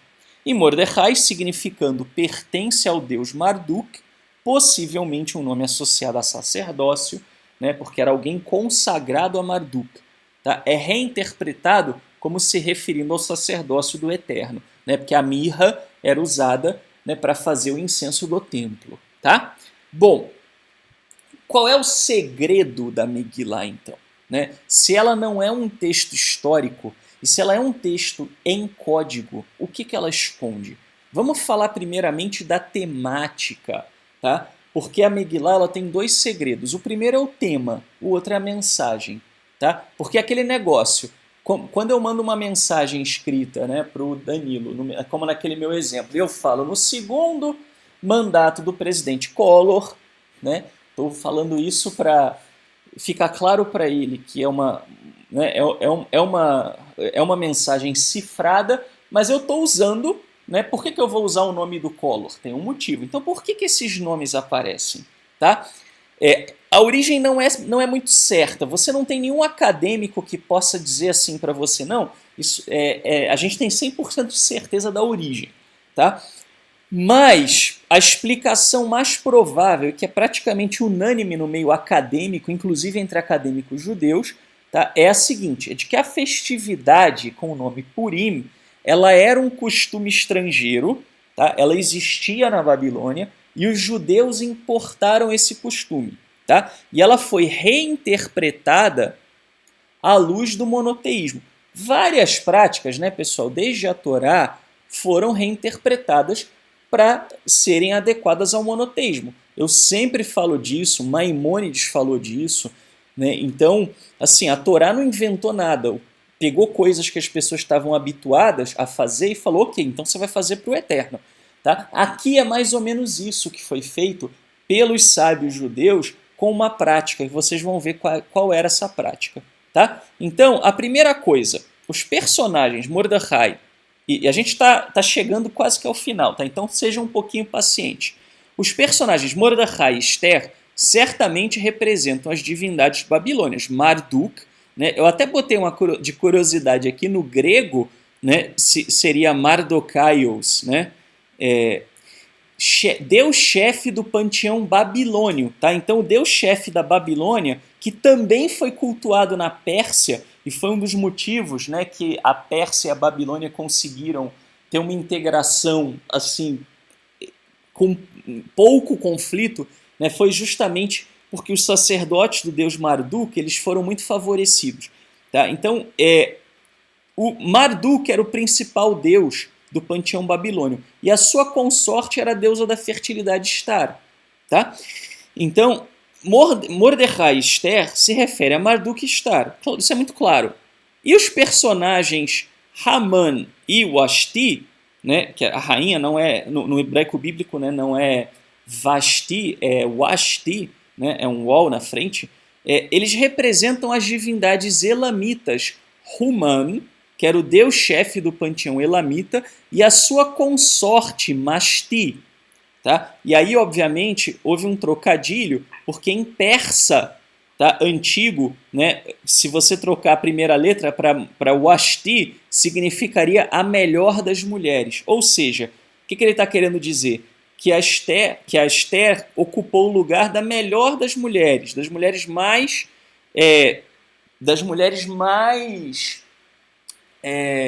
né, mais abençoadas, etc., enfim, né, na antiguidade. Tá? Então, eu acho que o registro mais antigo que a gente tem, como não tem fragmento de Qumran, é justamente o texto grego. Tá? Cronologicamente, o mais antigo é o texto grego. Agora, qual o texto hebraico mais antigo, o fragmento, aí eu já não me recordo de cabeça. Tá? Mas o grego é do século I antes da Era Comum, então ele é o mais antigo, nessa tradução aí para o grego. Tá? Não é que o grego veio antes do hebraico, é que a cópia mais antiga que a gente tem é a cópia da tradução grega. O próprio texto da tradução grega, como eu estava falando no começo, acho que você não pegou essa parte da palestra, o próprio texto grego diz que ele é uma tradução do hebraico. Tá? Nas notas de rodapé ou de margem do texto grego, conta-se a história de como é que ele surgiu. E ele foi uma tradução do hebraico. Então a gente sabe que o texto foi escrito originalmente em hebraico. Tá? Mas salvo engano, sim, é pós-exílico. Né? Aliás, a história é pós-exílica. Né? O livro nem poderia ser pré-exílico se a própria história é pós-exílica. Né? Tá? Mesmo se você olhar o livro de Esther, ele fala, né, que o exílio já tinha acontecido há muito tempo. Tá? Bom, e por que são essas divindades, pessoal? Pelo seguinte, tá? Os deuses elamitas, tá? Os deuses elamitas... Não, tudo bem, eu entendi, mas assim, eu digo pela própria evidência interna do livro, o livro se identifica como pós-exílico, entendeu? Que poderia ser, né, que um livro identificado como pré-exílico no conteúdo interno, outras evidências apontassem para ele ser pós-exílico, mas não é o caso aqui não. Tá? No caso de Esther, o próprio texto fala, né, no começo, né, Mordecai é dito que ele vem, né, da deportação babilônica, então é um texto pós-exílico. Tá?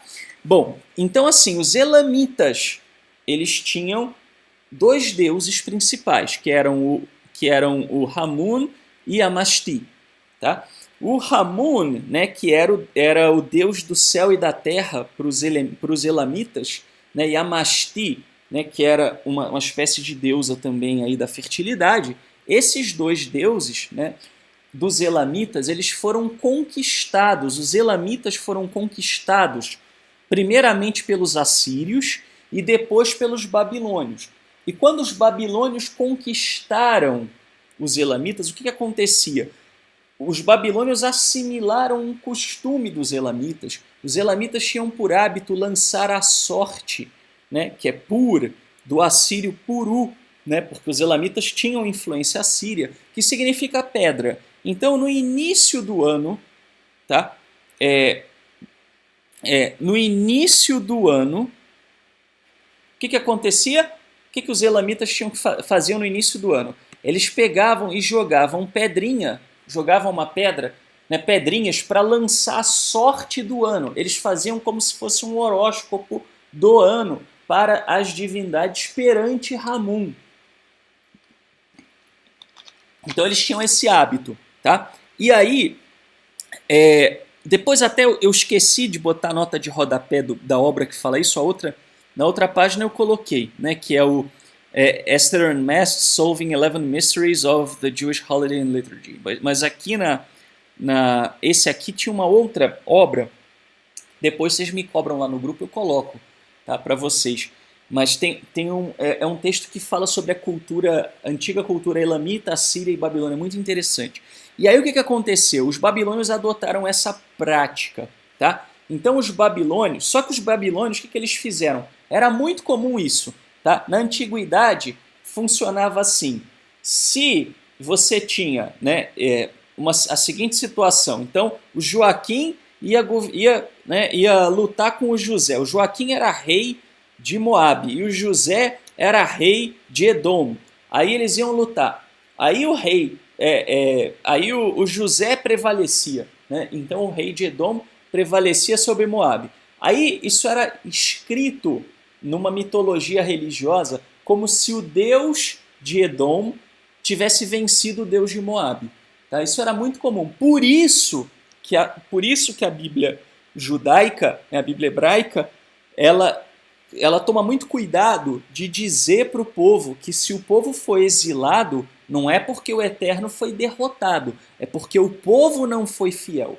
Né? Tanto que a Torá se preocupa em profetizar sobre o exílio justamente para o povo saber antes que o Eterno já tinha avisado que ia puni-los.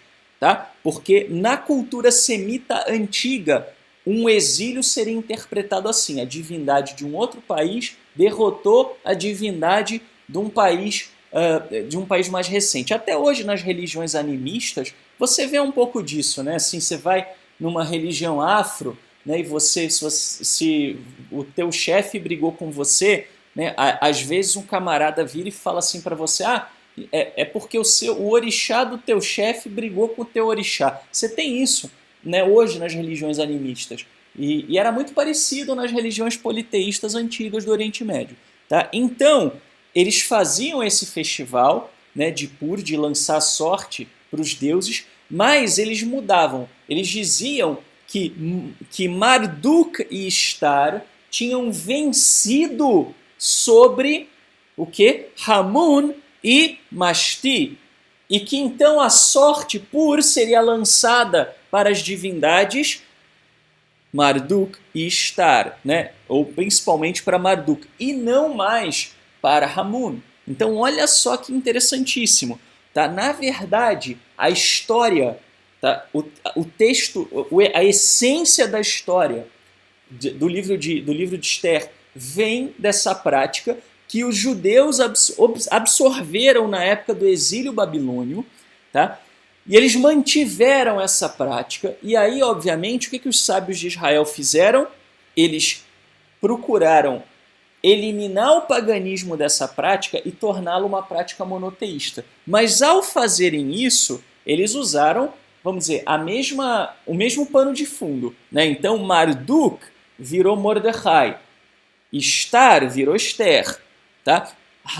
Human, na verdade não é Hamun, Human virou Haman, né? E Mashti virou Vashti, e vamos dizer assim, manteve-se a temática da dupla, né, Mordecai e Esther ganhar da dupla, né, Hamun e Mashti, da dupla Haman e Vashti. Tá? Só que, então, Jacó, depende. Tá? Os rabinos de linha mais sefaradita, os chamados ortodoxos modernos, né, eles estudam isso, eles sabem, eles têm muito conhecimento.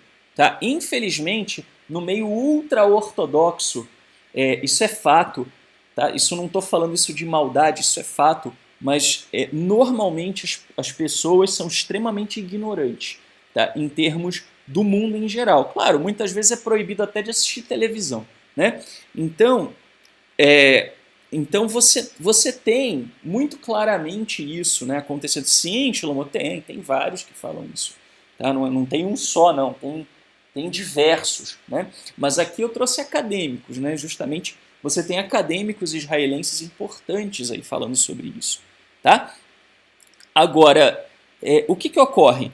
Então, o povo ele absorveu essa prática, tá?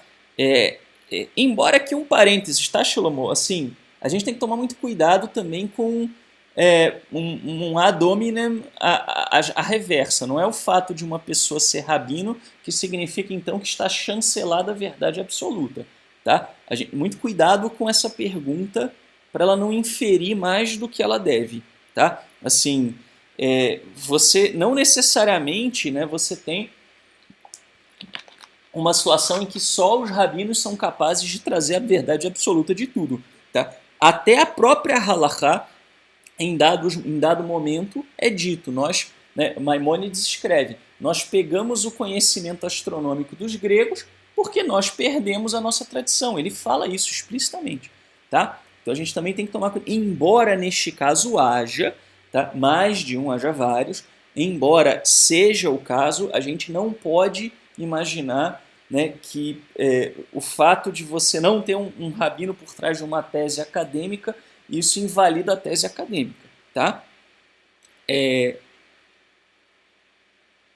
Então, assim, eu discordo de você. Assim, eu não acho que a coisa deva ser por aí. Até porque, né, se a gente for levar isso ao pé da letra, não existem rabinos hoje. Tá? Então, assim, é que eu não vou entrar, obviamente, nesse mérito, né? Mas no meio sefaradi, no meio mizrahi, eles não chamam, né? Claro que hoje em dia, como os ashkenazim são maioria, você tem isso está mudando, né? Mas não chamam de rabino, né? Chamam de raham, né? Porque raham é sábio, né? Rabi só existia no tempo talmúdico, né? Com a semihá, tá? Então, tá, ok, esclarecido, tá? Mas é importante, né? A gente levar em conta, né, o meio acadêmico, né, o que o meio acadêmico fala. Tá? Mas você tem, neste caso em particular, você tem sim referências de rabinos falando isso. Tá? Posso te passar vários que falam sobre isso. Né? Como eu disse, o próprio Maimônides, ele fala, né, muito abertamente que várias práticas vieram a partir de povos adjacentes. Então a gente já sabe isso, como dizem os americanos, from the get-go, né? Assim, desde o começo, desde o Torá. Né? Então, mais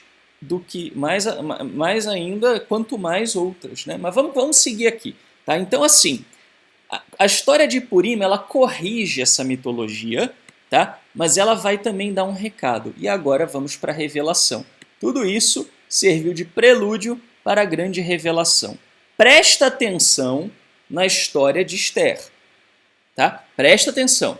Então, número 1. Esther tem um nome ou identidade judaica que lhe é ocultada e ela adota um nome idólatra. Tá? Embora exista, né, essa associação do nome Esther com ocultada, isso é uma associação, é um trocadilho posterior. Tá? O nome vem da deusa Estar, isso é fato. Tá? Bom, é como Mordecai vem de Marduk, né? Isso é muito explícito. Bom, segundo, ela é levada contra a sua vontade ao palácio de um rei estrangeiro. Terceiro, lá ela é assimilada ao ponto de ninguém saber que ela é judia.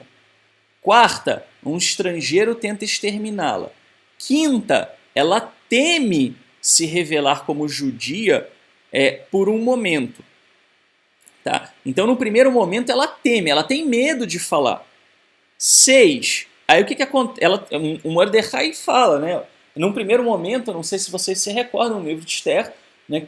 Espero que todos já tenham lido, quem não leu ainda que vá ler depois, né? Mas ela fala para o Mordecai, né? Assim, que ela tem medo de entrar na presença do rei e fazer um pedido, né? Porque se ela entrar sem ser chamada, ela podia ser morta, tá? Mas mas, porém, todavia, contudo, né, então ela tem medo, mas aí o Mordecai fala, bom, mas se exterminar o povo judeu, não pense você que você vai ser salva, tá? Então aí ela realmente, diante da pressão, ela jejua e se arrepende das suas transgressões. Ah, Shaul, não está falando no texto que ela se arrependeu das suas transgressões, mas o jejum é arrependimento. Tá? Pro judeu, na Bíblia hebraica, não existe outra definição de jejum ou outra razão associada ao jejum que não seja o arrependimento. Então a gente já sabe de antemão que um jejum é um arrependimento.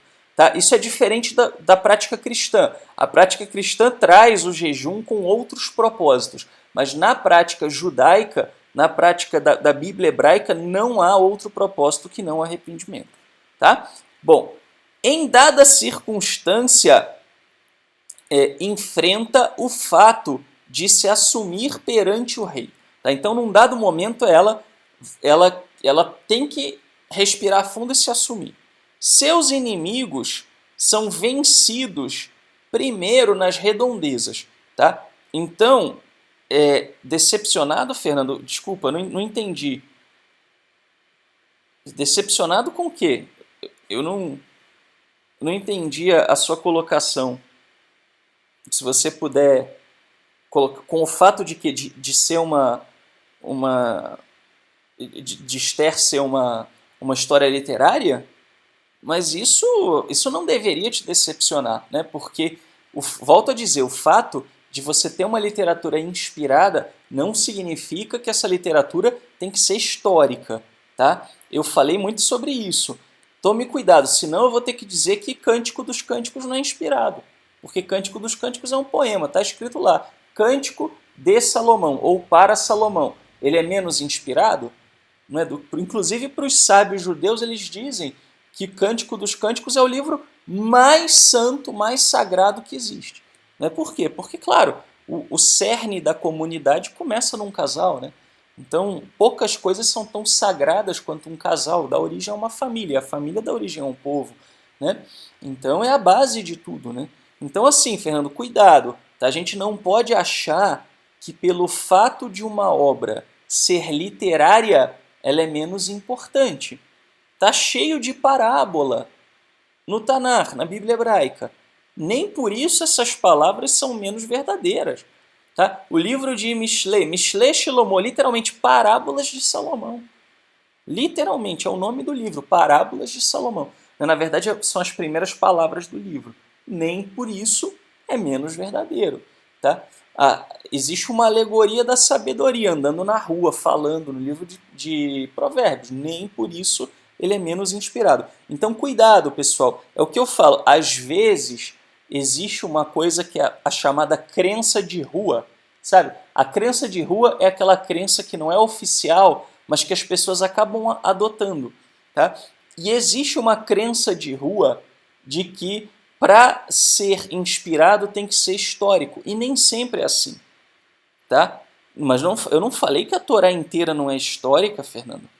Tá? Por tudo quanto é mais sagrado. A Torá tem livros que são totalmente... Do Êxodo para frente é totalmente histórico. Tá? O Gênesis tem alegoria, mas do Êxodo para frente é totalmente histórico.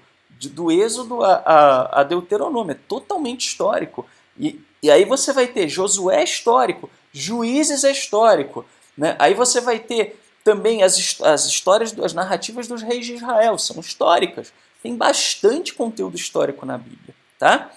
Mas assim, isso é um parênteses, tá, Fernando? Mas se eu puder te ajudar nisso, tá? Vamos deixar de lado esse desânimo, porque esse desânimo não tem razão de ser. É uma questão de você entender como é que as escrituras se fundamentam, tá bom? Se tiver alguma dúvida, eu te ajudo, a gente conversa, não tem problema, tá? Mas não pense que porque uma coisa não é literal, ela não é válida, ou ela é menos importante, ou ela é menos sagrada, tá? E você vai entender agora por que o livro de Esther é importantíssimo, importantíssimo. Mas vamos seguir aqui, então.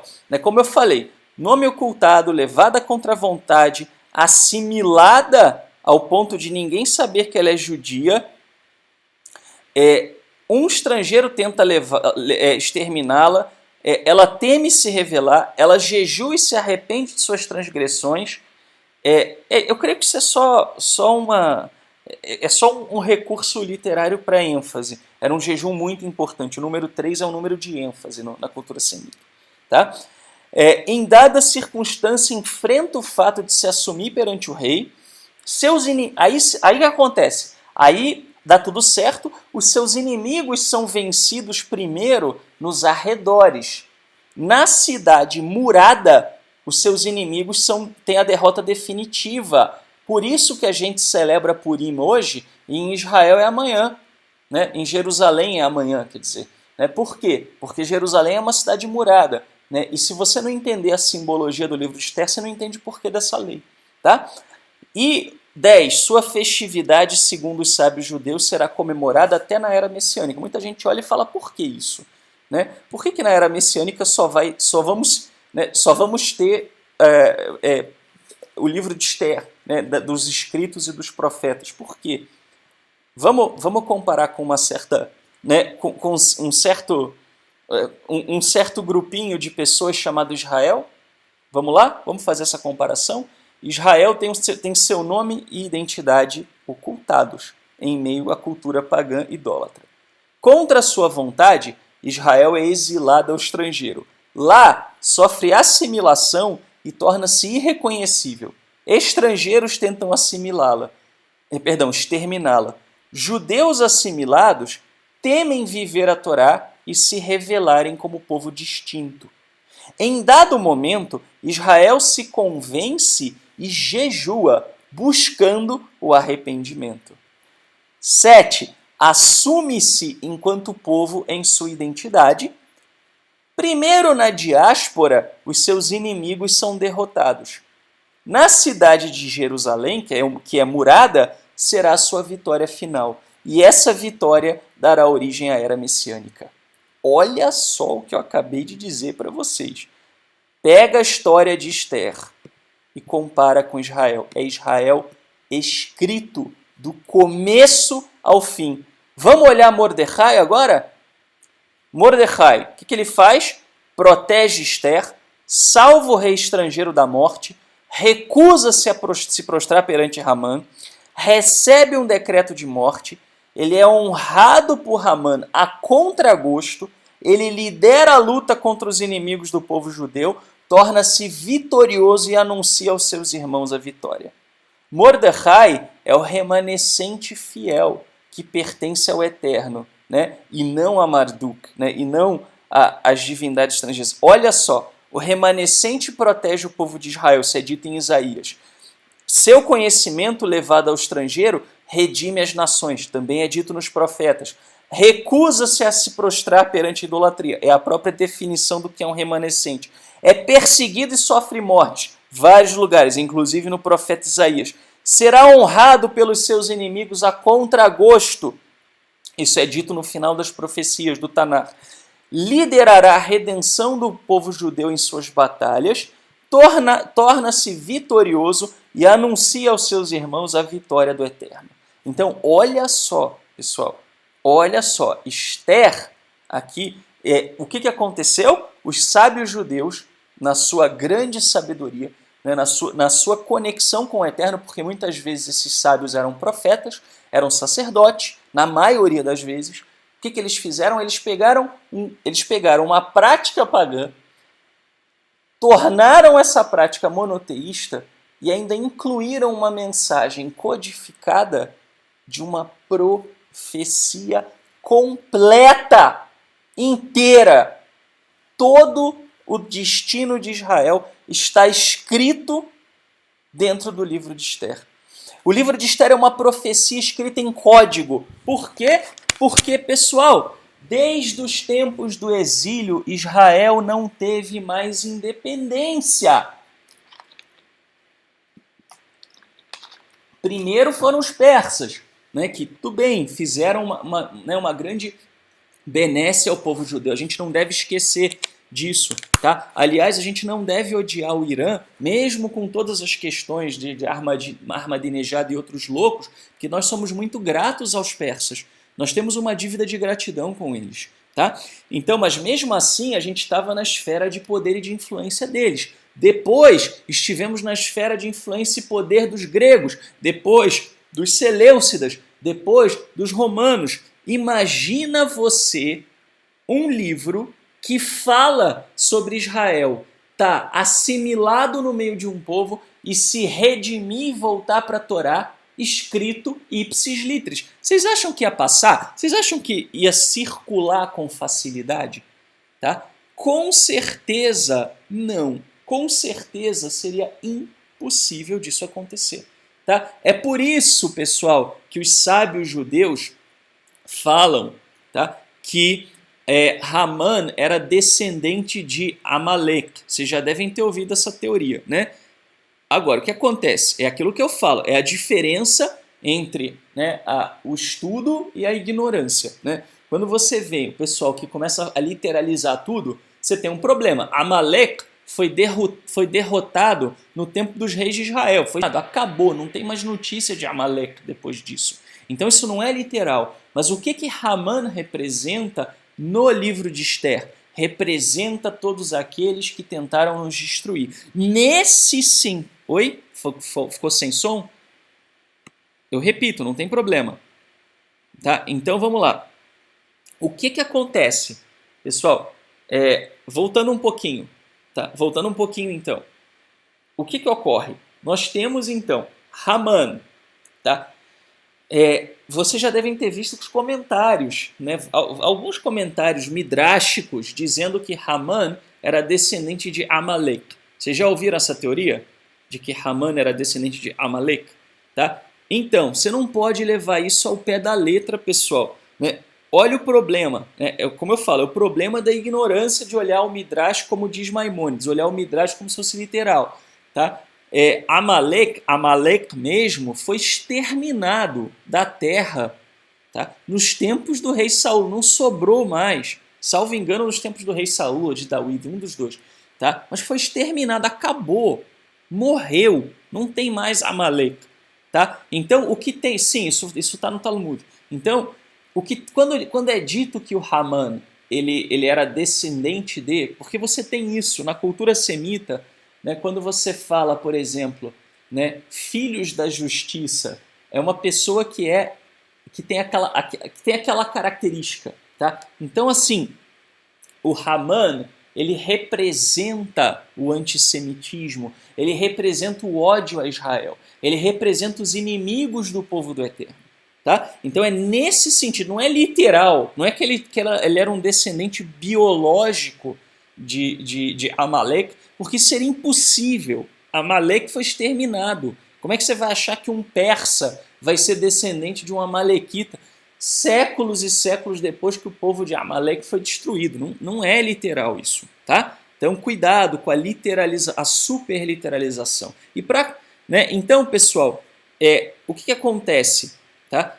Essa é uma profecia codificada que foi transmitida pelo povo de Israel, tá, de geração em geração, e permite que o povo de Israel tenha acesso a algo que é muito precioso. Tá? Então, além de corrigir, né, o paganismo, ele comemora a vitória final, tá, do povo. E aí você entende por que os judeus da diáspora, para os judeus da diáspora entendessem, tá, o texto, surgiu uma versão grega mais estendida para explicar. Por quê? Porque se não explicasse melhor, eles não iam captar, eles já estavam muito assimilados. Tá? Que é o mesmo caso nosso, né? Por isso que a gente também tem que estudar. Né? A gente perdeu muita coisa, assimilou. Mesmo no meio judaico, você tem muita assimilação. De muita coisa que é tida hoje como judaísmo, há 500 anos atrás ninguém sabia, ninguém nem tinha ouvido falar. Tá? Bom, então, aí a gente vai entender finalmente, pessoal, o seguinte: por que, né? Por que ela é a última festividade do ano? Porque ela é a última coisa que a gente comemorará, que é a entrada na era messiânica. Tá? E aí, olha o que o Maimônides fala, e se você não entender isso, você acha heresia. Olha o que ele fala: todos os livros dos Neviim, dos profetas, e dos Ketuvim, dos escritos, serão nulos na era messiânica, com a exceção da Megilá. Ela continuará a existir como os 5 livros, é justo isso que eu estou lendo, como os 5 livros da Torá, e as halachot da Torá oral, que nunca serão anulados. Tá? Então a Torá não será anulada, nem obviamente as decisões, né, da halachá, porque precisa disso para pôr a Torá na prática, é o que a gente chama de Torá oral, né, na sua essência. E a Megilá. Por que a Megilá? Quando ele diz isso, não é que ele também disse, é porque ele na Mishneh Torá ele estava codificando a lei talmúdica. Tá? Apesar de todas as memórias e dificuldades de nosso povo serem anulados, conforme é dito, porque já estão esquecidas as angústias passadas e estão escondidas dos meus olhos, a celebração dos dias de Purim não será anulada, conforme é dito, e que esses dias de Purim não fossem revogados entre os judeus e que a memória deles nunca teria fim entre os de sua descendência. Está lá em Esther 9:28. Tá? Por quê, pessoal? Motivo simples. Quando você olha para os escritos e para os profetas, basicamente o que é? Os profetas falando: não se desviem da Torá. Aí o povo vai e se desvia, aí os profetas falam: tá bom, vocês vão ser exilados. Tá? Então tem muita lembrança de dor, de tristeza, tá? De angústia, tem o peso do exílio, e isso tudo vai acabar. E aí vai sobrar o quê? A lembrança da era vindoura. Isso também não é literal, não é que a gente vai fazer fogueira santa com os livros do Tanar, tá, pessoal? Por tudo quanto é mais sagrado. Tá? Não é literal isso de falar que vai ser tudo anulado. Tá? É simbolizando o quê? Que o nosso passado negro, né, entre aspas, né, o nosso passado que nos condena, né, como povo, daquilo que a gente fez, isso vai ser esquecido. E o que a gente vai lembrar? A redenção. Então, pessoal, Purim é uma festa importantíssima, mas por tudo quanto é mais sagrado. Não é uma festa para você ficar bêbado e se vestir de Batman. Isso é uma distorção. É uma festa para você lembrar do quê? Lembrar da redenção. Lembrar da nossa vitória final no eterno. E por isso, inclusive, tá, pessoal, assim, as 3 coisas principais são o quê? Ouvir a história de Esther, né, para você. O que era a história de Esther? Essa mensagem profética codificada, tá? O que mais? Né? Matanot le'evionim, né, que é os presentes para os necessitados. Por quê? Porque não haverá mais necessitados. A era messiânica será uma era onde todos estarão, né, supridos e dividindo, né, as suas dádivas, os seus bens, e todos centrados no Criador. Né? E os presentes uns para os outros, para nós nos lembrarmos que nós somos um povo, que nós somos um coletivo. Né? Tanto nós, quanto aqueles também que estiverem junto conosco, celebrando ao Eterno na era vindoura. Tá? Então, pessoal, veja, cadê quem foi que falou aqui? Que estava preocupado. Por isso que eu falei, tem que ouvir a palestra até o fim, né? Não dá para ouvir só pela metade, né? Senão vai ficar pensando, caramba, né? E agora? Mas teve alguém, eu esqueci quem foi, pelo chat aqui não dá para ver, que falou assim: poxa, eu fico até decepcionado. Acho que foi o Fernando, né, Fernando? Isso. Então, Fernando, veja, por que ficar decepcionado se o livro de Esther é um dos livros mais incríveis das Escrituras, mais fantásticos das Escrituras? É um livro que conta a nossa história do começo ao fim. E é talvez dos livros mais atuais, percebe? Tá? Então, isso é fantástico, é maravilhoso, mas a gente tem que entender, a gente tem que buscar qual é a mensagem que está por trás do código. Se a gente para no código, né, justamente ele foi feito para que o código não desse acesso às mãos erradas. Né? Mas a gente não pode parar diante do código e se frustrar com o código. A gente tem que ir atrás da mensagem. Tá? Ok, pessoal? Então, espero que com, né, esta humilde aula vocês tenham pelo menos conseguido ter uma visão diferente, tá, do livro de Esther, né?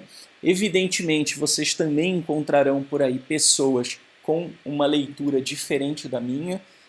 Eu não vejo nenhum mal, nem nenhum problema nisso. Eu acho que a gente tem essa liberdade maravilhosa no meio do povo judeu, né? Mas eu acredito muito que o trabalho dos acadêmicos fundamenta muito bem, né? Existem rabinos muito sérios, né, que fundamentam também essa leitura, e é uma leitura fantástica, porque nos dá uma conotação lindíssima, lindíssima, né, do que é a festa de Purim. Mas tem que sair da Matrix primeiro, né? Com certeza, pessoal, não vai ser todo mundo que vocês vão encontrar por aí afora que vão valorizar esse tipo de conhecimento. As pessoas não querem, elas querem ficar na superfície, elas não querem se aprofundar, né? Tá? Então, pessoal, muito obrigado, tá?